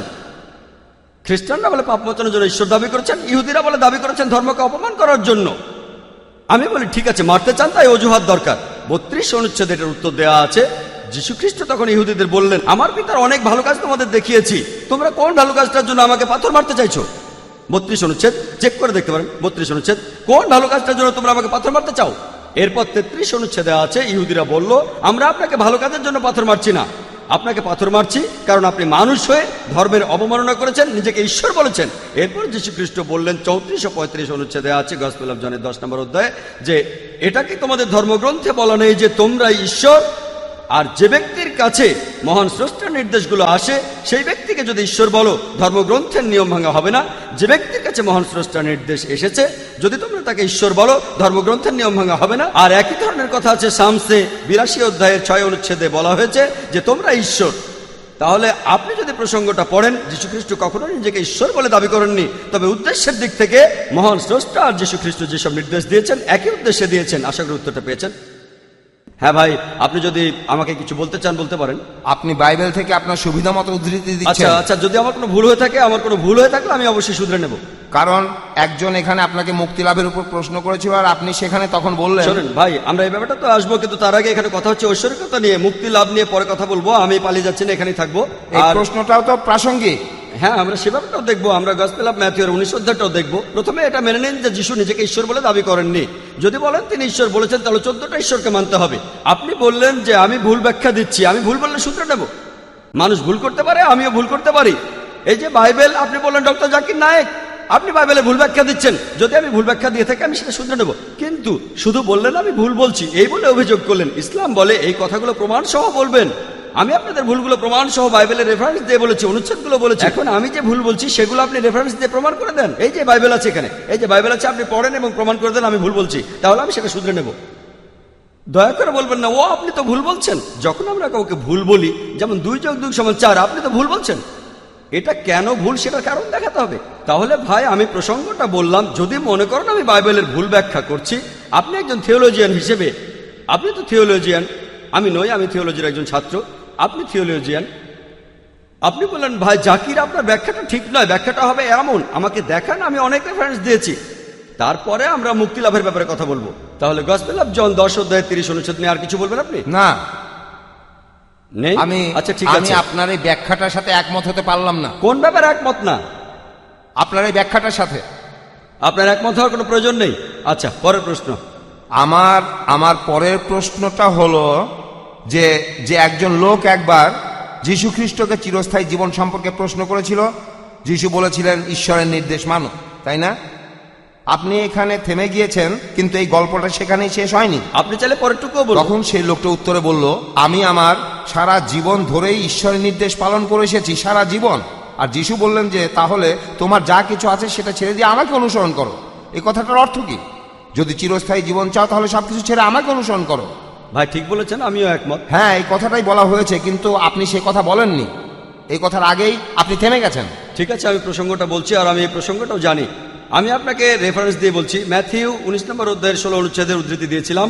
একজন লোক যীশু খ্রিস্টের কাছে এসে বলল, হে ভালো প্রভু, আমি কোন ভালো কাজটা করব যাতে করে চিরস্থায়ী জীবন পেতে পারি? পরের অনুচ্ছেদ 16 অনুচ্ছেদে যীশু বলছেন, কেন তুমি আমাকে ভালো বলছো? ভালো কেবলমাত্র একজনই, তিনি আমার পিতা যিনি স্বর্গে আছেন। যদি তুমি চিরস্থায়ী জীবন পেতে চাও ঈশ্বরের নির্দেশ মেনে চলো। এটুকুই বলেছিলাম, আর এটুকুই যথেষ্ট। এমন না যে প্রসঙ্গটা জানলে অর্থ পাল্টে যাবে, অর্থ পাল্টায় না, সেটা তখন আগের মতোই থাকে। যদি অর্থটা একই রকম থাকে তাহলে প্রসঙ্গটা, তাহলে আমি সে ব্যাপারে আসছি, সেখানে আমি প্রসঙ্গটাও বলবো। 18, 19 ও 20 অনুচ্ছেদে বলছে, সেই লোকটা বলল আমি ঈশ্বরের নির্দেশ মানি। এখন সেই লোক হয়তো জান্নাতুল ফেরদৌসে যেতে চায়। সে তখন বলল আমি বেশি পেতে চাই, তাহলে আমাকে কি করতে হবে? আমি ঈশ্বরের নির্দেশ মানি। তখন যিশু বললেন, তোমার কাপড় বেচে দাও, তোমার সম্পদ বেচে দাও, অর্থ করে দান করে দাও, এটা বাইবেলে আছে, তোমার সবকিছু যিশু বলেছেন একটা জিনিস বাকি আছে, একটা, আর সেটা হলো তোমার সবকিছু ত্যাগ করতে হবে, গরিবদের দিয়ে দাও আর আমাকে অনুসরণ করো। আমি বাইবেল থেকে উদ্ধৃতি দিচ্ছি, এখানে বলা হচ্ছে তোমার সব সম্পদ ত্যাগ করে আমাকে অনুসরণ করো। সেই লোক ভাবলো এটা কঠিন, খুবই কঠিন। অনুসরণ করা মানে সব নবী অনুসরণ করতে বলেন। কোরআন বলছে আল্লাহ এবং তার রাসূলকে মানো। এর মানে কি এই যে মুহাম্মদ সাল্লাল্লাহু আলাইহি ওয়াসাল্লাম নিজেকে ঈশ্বর দাবি করেছেন? না, প্রত্যেক মানুষ তার নবীকে অনুসরণ করবে। তার মানে এই নয় যে তিনি নিজেকে ঈশ্বর বলেছেন। মুহাম্মদ নিজেকে অনুসরণ করতে বলেছেন, মুসা অনুসরণ করতে বলেছেন, আল্লাহ বলেছেন নবীদের অনুসরণ করো, আল্লাহ এবং তার রাসূলকে মেনে চলো। কোরআনের অনেক আয়াতেই আছে কোন নবীকে অনুসরণ করা মানেই তিনি নিজেকে ঈশ্বর দাবি করেননি। এর মানে আপনি সেই রাসূলের নির্দেশ মেনে চলবেন যেটা ঈশ্বরের কাছ থেকে এসেছে। তিনি বলেননি যে আমাকে উপাসনা করো, তিনি বলেছেন অনুসরণ করো। তিনি বলেননি বিশ্বাস করো আমি ক্রুশবিদ্ধ হয়ে মারা গেছি। তিনি অনুসরণ করতে বলেছেন, ঈশ্বরের নির্দেশ অনুসরণ করতে বলেছেন। একই, ঈশ্বরের নির্দেশ মানার নবীকে অনুসরণ করা একই কথা, কোনো পার্থক্য নেই।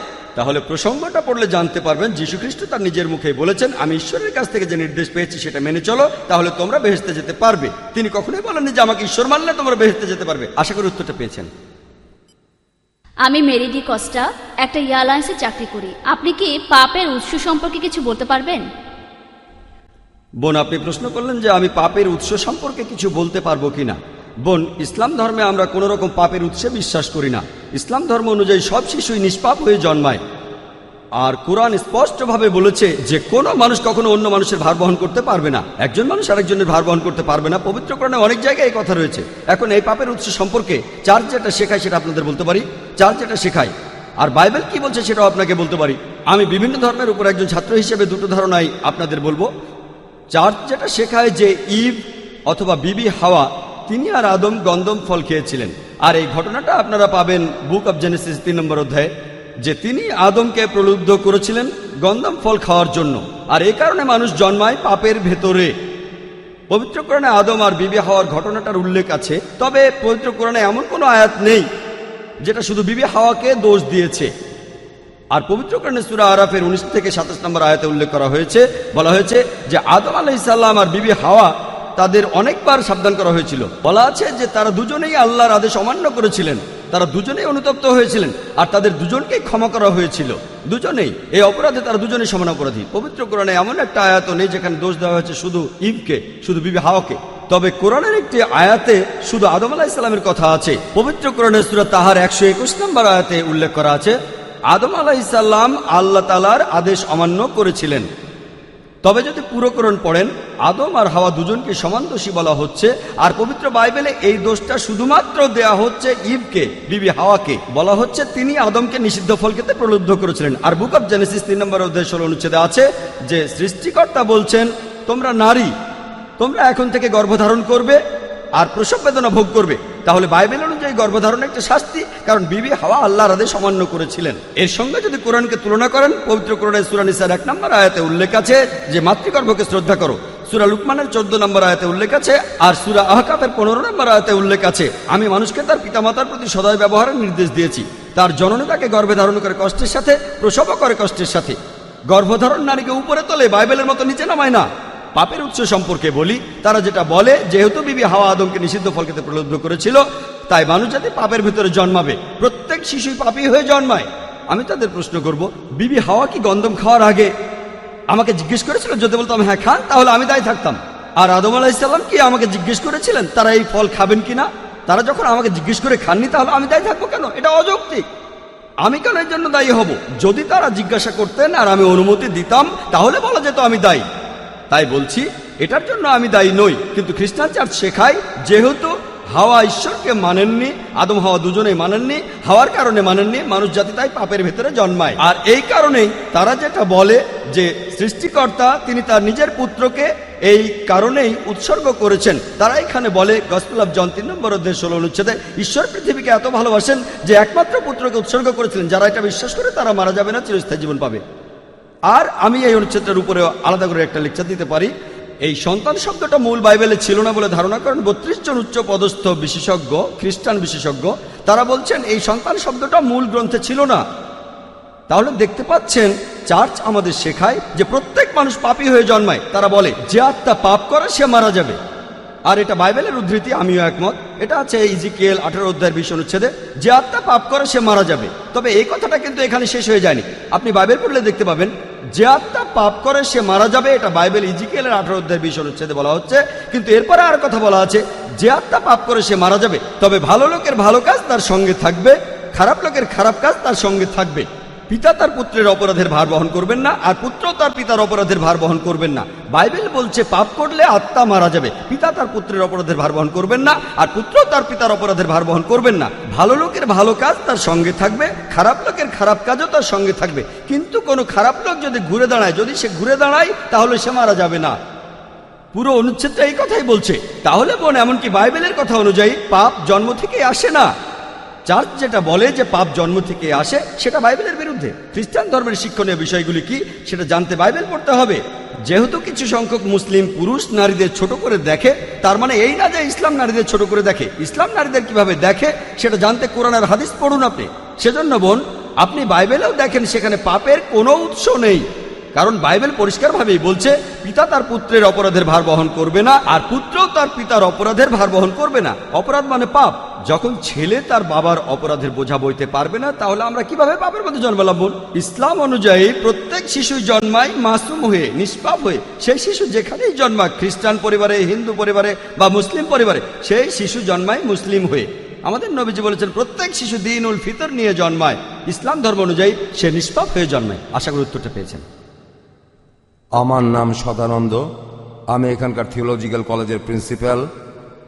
দুইটা ধর্মের ধর্মগ্রন্থের উপরেই আপনার যে দখল, সেটার প্রশংসা করছি। আর আমি এখানে আমাদের খ্রিস্টান আর মুসলিম ভাইদের অনুরোধ করব, আপনারা এগুলোর আরও গভীরে যাওয়ার চেষ্টা করবেন। শুধুমাত্র উদ্ধৃতি দিলেই চলবে না। আপনার হয়তো শুনতে খুব ভালো লাগতে পারে, তবে একই সাথে ধর্মগ্রন্থগুলো পড়েন, গভীরে যাওয়ার চেষ্টা করেন, মত বিনিময় করেন। শুধু নিজের যুক্তিটাই দেবেন না, শুধু নিজের কথাই বলবেন না, এতে সবার জন্যই ভালো হবে। যীশু খ্রিস্ট নিজেকে ঈশ্বর দাবি করেছেন কিনা সে ব্যাপারেও বাইবেল থেকে উদ্ধৃতি দিলেন।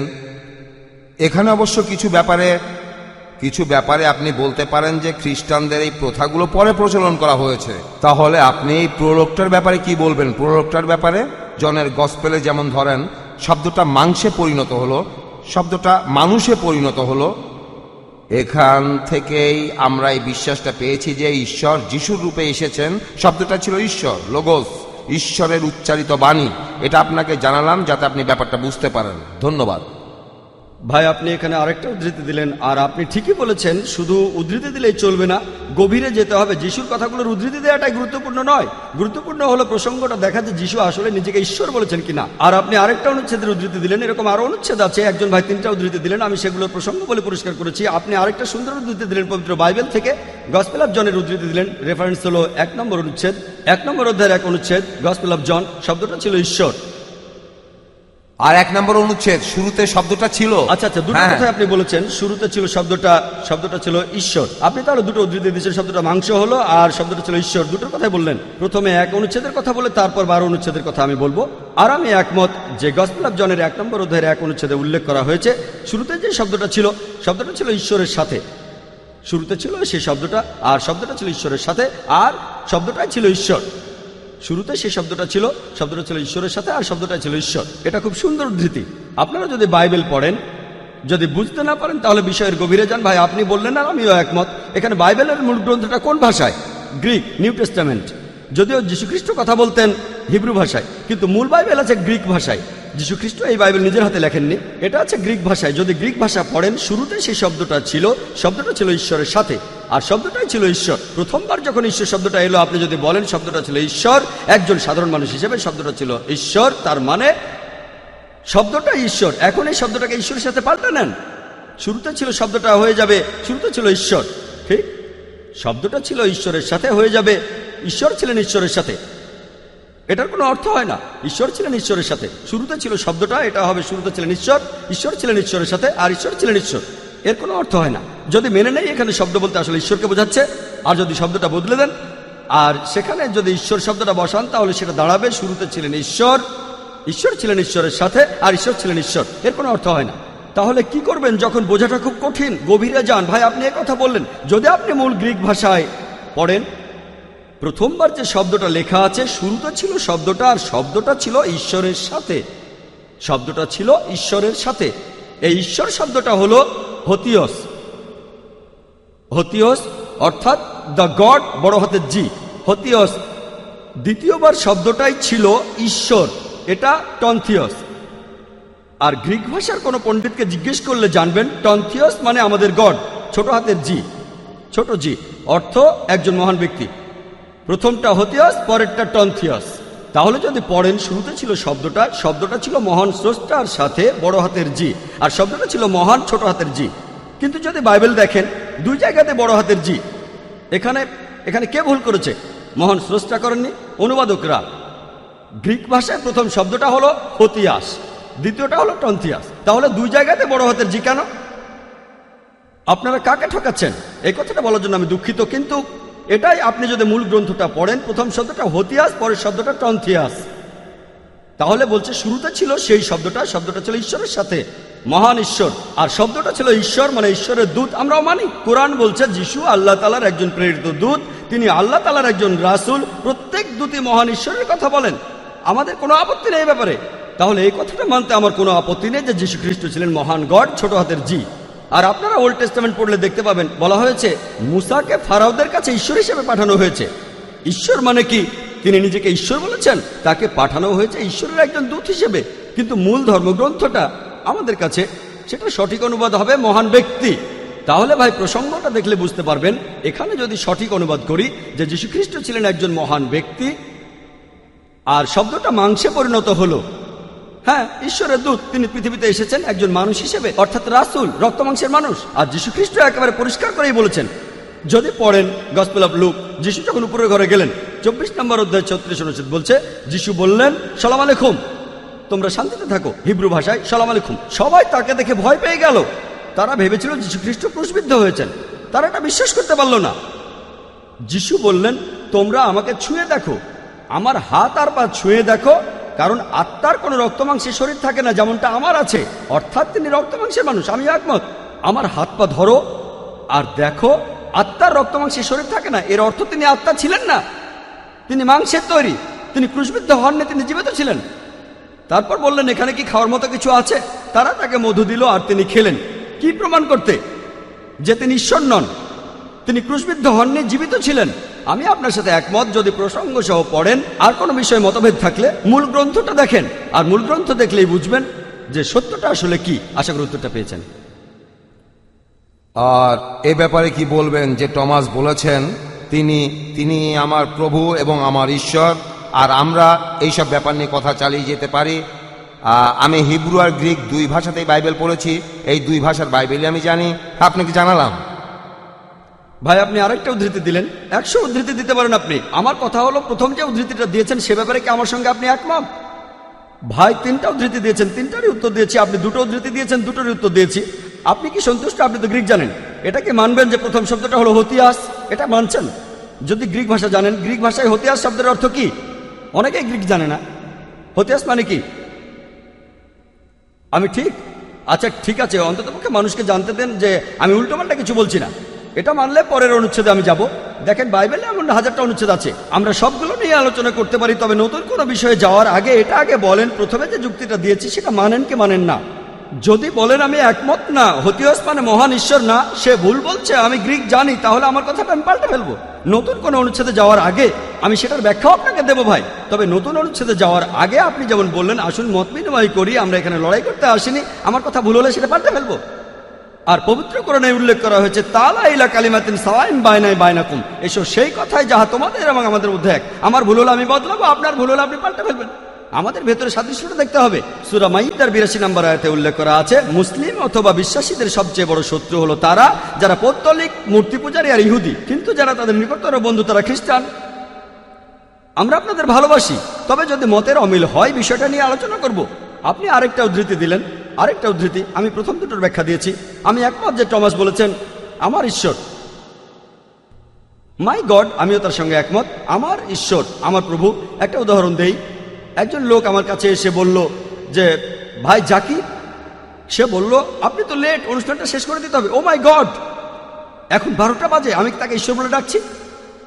আপনি এখানে প্রসঙ্গটা দেখেন, এটাই লাগবে, প্রসঙ্গটা পড়েন, কারণ দেখবেন যীশু খ্রিস্ট বলছেন আমাকে ভালো বলো না, আমাকে ভালো বলো না, তাহলে ঈশ্বর বলে ডাকার ব্যাপারটাই তো আসছে না।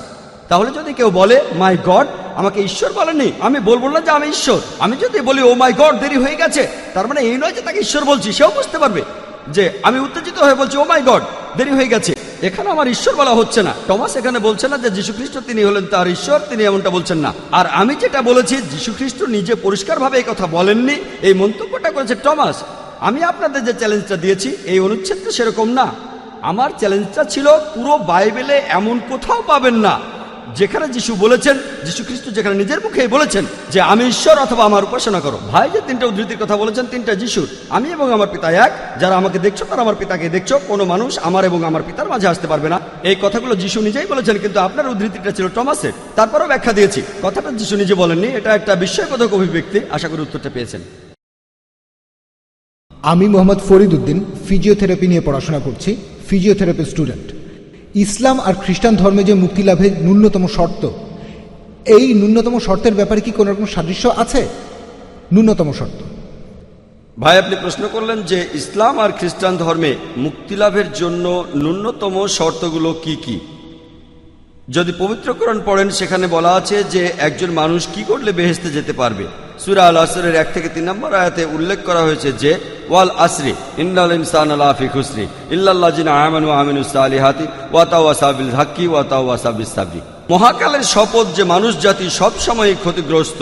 তারা শুধু নয়, যারা ঈমান আনে, যারা সৎকর্ম করে, যারা মানুষকে সত্যের উপদেশ দেয়, যারা মানুষকে ধৈর্য আর অধ্যবসায়ের উপদেশ দেয়। তাহলে যদি কেউ বেহেশতে যেতে চান, জান্নাতে যেতে চান, কমপক্ষে 4টা শর্ত পূরণ করতে হবে: ঈমান, সৎকর্ম, মানুষকে সত্যের উপদেশ দেয়া আর ধৈর্য ও অধ্যবসায়ের উপদেশ দেয়া। যদি এই 4টা শর্তের মাত্র একটাও বাদ থাকে, সাধারণ পরিস্থিতিতে সেই লোক জান্নাতে যেতে পারবেন না। যদি আল্লাহ ক্ষমা করে দেন সেটা আলাদা কথা। সাধারণ পরিস্থিতিতে 4টা শর্তই পূরণ করতে হবে। এগুলো ন্যূনতম 4টা শর্ত। আর আল্লাহ যে অপরাধটা কখনোই ক্ষমা করবেন না, আমি আমার লেকচার আগেও বলেছি। সূরা নিসার 48 নম্বর আয়াতে উল্লেখ করা আছে, আর সূরা নিসার 116 নম্বর আয়াতে উল্লেখ করা আছে, সেটা হলো শিরক। আর খ্রিস্টান ধর্মে চার্চ যেটা বলে, প্রথমে চার্চের কথা বলছি, তারপর বাইবেলের কথা বলছি। চার্চ যেটা বলে, যদি বিশ্বাস করেন যে যীশু খ্রিস্ট আমাদের পাপের জন্য মারা গেছেন, আমাদের অপরাধের জন্য মারা গেছেন, যদি এটা বিশ্বাস করেন আপনি মুক্তি লাভ করেছেন। যদি বিশ্বাস করেন যে যীশু খ্রিস্টকে হত্যা করা হয়েছিল, তিনি আপনার অপরাধের জন্য ক্রুশবিদ্ধ হয়েছেন, আপনি মুক্তি লাভ করেছেন। এই প্রমাণটা আপনি বাইবেলও পাবেন যে যীশু খ্রিস্ট ক্রুশবিদ্ধ হননি। এটার উপর লেকচার দিতে পারি, এটার উপর আমার একটা ভিডিও ক্যাসেট আছে, সেটা দেখতে পারেন। আমি সেখানে প্রমাণ করেছি যে যীশু খ্রিস্ট ক্রুশবিদ্ধ হননি, পবিত্র কোরআন দিয়ে নয়, পবিত্র বাইবেল দিয়েই। কোরআন সেটা বলে, আমরাও মানি। এমনকি বাইবেলও যদি সঠিকভাবে পড়েন, এই কথা বলে না যে যীশু ক্রুশবিদ্ধ হয়েছিলেন।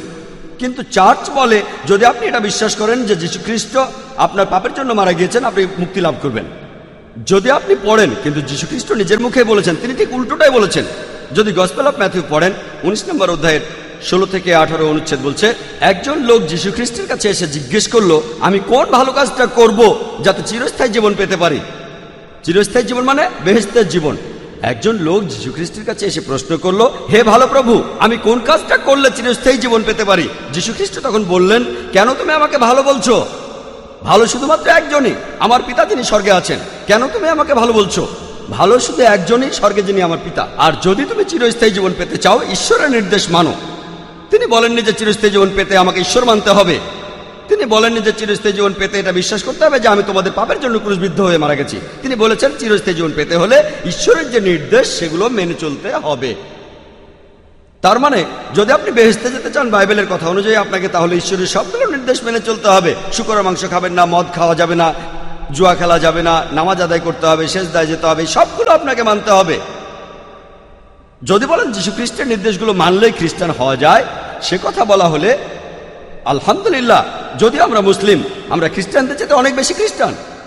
আর যীশু খ্রিস্ট ছিলেন একজন মুসলমান। আশা করি উত্তরটা পেয়েছেন।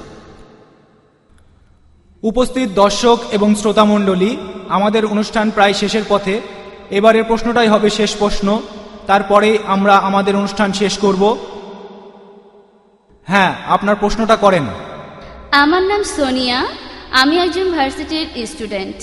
আপনি বললেন যে যিশু শুধু ইসরায়েলিদের জন্য এসেছেন আর মুহাম্মদ পুরো মানব জাতির জন্য। আমরা খ্রিস্টান আর মুসলিমরা বিশ্বাস করি যে যিশু আরেকবার আসবেন। সেটা হলে এটা কিভাবে বলবেন যে মুহাম্মদ হলেন শেষ নবী? বোন, আপনি প্রশ্ন করলেন যে যীশু খ্রিস্ট সে সময় এসেছিলেন শুধু ইসরায়েলবাসীদের জন্য আর মুহাম্মদ সাল্লাল্লাহু আলাইহি সাল্লাম পুরো মানব জাতির জন্য। তাহলে যিশু আবার আসবেন কিভাবে? যদি তিনি আবার আসেন, মুহাম্মদ সাল্লাল্লাহু আলাইহি সাল্লাম তাহলে শেষ নবী নন। আর আমিও একমত বোন যে যীশু খ্রিস্ট এই পৃথিবীতে আবার আসবেন। এ ব্যাপারে সব মিলিয়ে 70টি হাদিস আছে বোন, 70টি জায়গায় সহিহ হাদিস বলছে যে যীশু খ্রিস্ট পৃথিবীতে আবার আসবেন। আর বাইবেলেও এটার উল্লেখ আছে যে যীশু খ্রিস্ট দ্বিতীয়বারের মতো এই পৃথিবীতে ফিরে আসবেন। তবে পবিত্র কোরআনে ওই কথা আছে, সূরা আহজাবের 40 নম্বর আয়াতে এই কথা উল্লেখ আছে, কানা মুহাম্মাদুন আবা আহাদিম মির রিজালিকুম ওয়ালাকিন রাসূলুল্লাহ ওয়া খাতামুন নবিয়্যিন, যে মুহাম্মদ তোমাদের মধ্যে কোনো পুরুষের পিতা নন, বরং সে আল্লাহর রাসূল এবং তিনি হলেন সর্বশেষ নবী। এখন দুটো ঠিক। কিভাবে? দুটো কথাই ঠিক। কারণ ঈসা আলাইহিস সালাম তিনি আবারও আসবেন। তিনি কি জন্য এই পৃথিবীতে আসবেন? তিনি একমাত্র নবী যাকে আল্লাহ জীবন্ত তুলে নিয়েছেন। আল্লাহ সুবহানাহু ওয়া তাআলা তার কোন রাসূলকেই জীবন্ত অবস্থায় তুলে নেননি। পবিত্র কোরআনে সূরা নিসার 158 নম্বর আয়াতে উল্লেখ করা হয়েছে যীশু খ্রিস্টকে জীবন্ত অবস্থায় তুলে নেওয়া হয়েছে। 157 নম্বর আয়াত বলছে, ওমা কাতালু ওয়া মা সালাবু ওয়ালাকিন শুববিহা লাহুম, তারা তাকে হত্যা করেনি, ক্রুশবিদ্ধও করেনি, কিন্তু তাদের মধ্যে এমন বিভ্রম সৃষ্টি হয়েছিল। যারা এই বিষয়ে মতভেদ করেছিল তাদের মনেও সংশয় ছিল। ইল্লাতিবাজান, তারা শুধু অনুমানই করতে পারে, ওমা কাতালু ইয়াকিনা, এটা নিশ্চিত যে তারা তাকে হত্যা করেনি। 158 নম্বর আয়াত বলছে যে আল্লাহ সুবহানাহু ওয়া তাআলা তাকে নিজের কাছে নিয়ে গেছেন। আমরা মানি যিশু মারা যাননি। এমনকি বাইবেলও বলে যিশু খ্রিস্ট জীবিত ছিলেন। হাদিসও এই কথা বলে আর বাইবেলও বলে। তবে আমরা যেটা মানি, আল্লাহ সুবহানাহু ওয়া তাআলা যিশু খ্রিস্টকে নিজের কাছে জীবিত তুলে নিয়েছিলেন, কারণ তিনি হলেন মহান স্রষ্টার একমাত্র প্রেরিত দূত, যার অনুসারীরা ভাবে যে তিনি আসলে ঈশ্বর। আর কোনো রাসূল নেই। আদম, নূহ, মুসা, ইব্রাহিম, আইজায়া, ইসহাক, সলোমন, তারা সবাই শান্তিতে থাকুন। এই নবীদের অনুসারীরা কখনো বলেননি যে তাদের নবী নিজেকে ঈশ্বর বলেছেন। একমাত্র যে নবীর অনুসারীরা এটা মানে, এমনকি আজকের দিনেও মানে তাদের নবী ঈশ্বর, তিনি নবী ঈসা আলাইহিসসালাম। পবিত্র কোরআনে সূরা মাইদার 116 নম্বর আয়াতে উল্লেখ আছে, যিশু বলেছেন, হে আমার ঈশ্বর, আমার প্রভু, আপনি সাক্ষী থাকুন, আমি কখনোই বলিনি আমার উপাসনা করো, বরং আমি বলেছি আবুদুল্লাহ আল্লাহর উপাসনা করো, রাব্বি ওয়া রাব্বুকুম। তিনি আমার এবং তোমাদের প্রভু। তাহলে যীশু খ্রিস্ট যখন আবার পৃথিবীতে আসবেন, তার অনুসারীদের এই কথা বলতে, তার তথাকথিত অনুসারীদের যারা বলেন নিজেকে তিনি ঈশ্বর বলেছেন, যে তিনি ঈশ্বর বলেননি। আর যিশু তখন কোনো রাসূল হিসেবে আসবেন না, নবুয়ত পাওয়া বন্ধ হয়ে গেছে। তিনি পৃথিবীতে আসবেন, নতুন কোনো নির্দেশ নিয়ে আসবেন না। যীশু খ্রিস্ট ঈশ্বরের কাছ থেকে নতুন কোনো নির্দেশ নিয়ে আসবেন না, কারণ পবিত্র কোরআনে সূরা মাইদার 3 নম্বর আয়াতে উল্লেখ করা হয়েছে, আমি আজ তোমাদের দিন পূর্ণাঙ্গ করলাম। আল্লাহ সুবহানাহু ওয়া তাআলা বলছেন, আজ আমি তোমাদের দিন পূর্ণাঙ্গ করলাম এবং ইসলামকে তোমাদের দিন মনোনীত করলাম। এই কিতাবের পরে আর কোনো নির্দেশ আসবে না, কোনো কিতাব আসবে না, কারো উপর কোনো কিতাব নাজিল হবে না। যীশু খ্রিস্ট যখন পৃথিবীতে দ্বিতীয়বার আসবেন, তিনি আসবেন হযরত মুহাম্মদ সাল্লাল্লাহু আলাইহি সাল্লামের উম্মত হিসেবে, শেষ নবীজির উম্মত হিসেবে। আগেও তিনি মুসলিম ছিলেন, পরেও তিনি মুসলিম থাকবেন। তিনি ঈশ্বরের নতুন নির্দেশ আনবেন না। আর একই কথা আছে বাইবেলে, গসপেল বলছে, যিশু দ্বিতীয়বার আসলে খ্রিস্টানরা তাকে বলবে, হে প্রভু, আমরা কি তোমার নামে বিস্ময়কর কাজ করিনি? যিশু দ্বিতীয়বার আসলে আপনারা জানেন তারা অনেক বিস্ময়কর কাজ করেছে। তারা বলবে, প্রভু, আমরা কি তোমার নামে অনেক বিস্ময়কর কাজ করিনি? যিশু তখন তাদের বলবেন, আমি তোমাদের চিনি না, তোমরা সবাই অপরাধী, তোমরা এখান থেকে চলে যাও। আমি এই কথাটা বলছি না, গসপেল বলছে যে যিশু দ্বিতীয়বার আসার পরে বলবেন, তোমরা সবাই অপরাধী, আমি তোমাদের কাউকেই চিনি না, তোমরা সবাই পাপী মানুষ, তোমরা এখান থেকে চলে যাও, আমি তোমাদের চিনি না। তিনি কাদের বলবেন? মুসলিমদের, হিন্দুদের বলবেন? তিনি একথা খ্রিস্টানদের বলবেন, যারা বলবে আমরা আপনার নামে বিস্ময়কর কাজ করেছি। বাইবেলের কথা বলছে যে যীশু খ্রিস্ট পৃথিবীতে দ্বিতীয়বার এসে বলবেন, এখান থেকে তোমরা চলে যাও, তোমাদের সবাই অপরাধী, তোমাদের চিনি না। তাহলে যিশু দ্বিতীয়বার এসে তিনি তার অনুসারীদের বলবেন, আমি নিজেকে ঈশ্বর বলিনি, বরং আমি বলেছি আবুদুল্লাহ আল্লাহর উপাসনা করো, রাব্বি ওয়া রাব্বুকুম। আমার প্রভুই তোমার প্রভু। ওয়া আখিরু দাওয়ানা আলহামদুলিল্লাহি রাব্বিল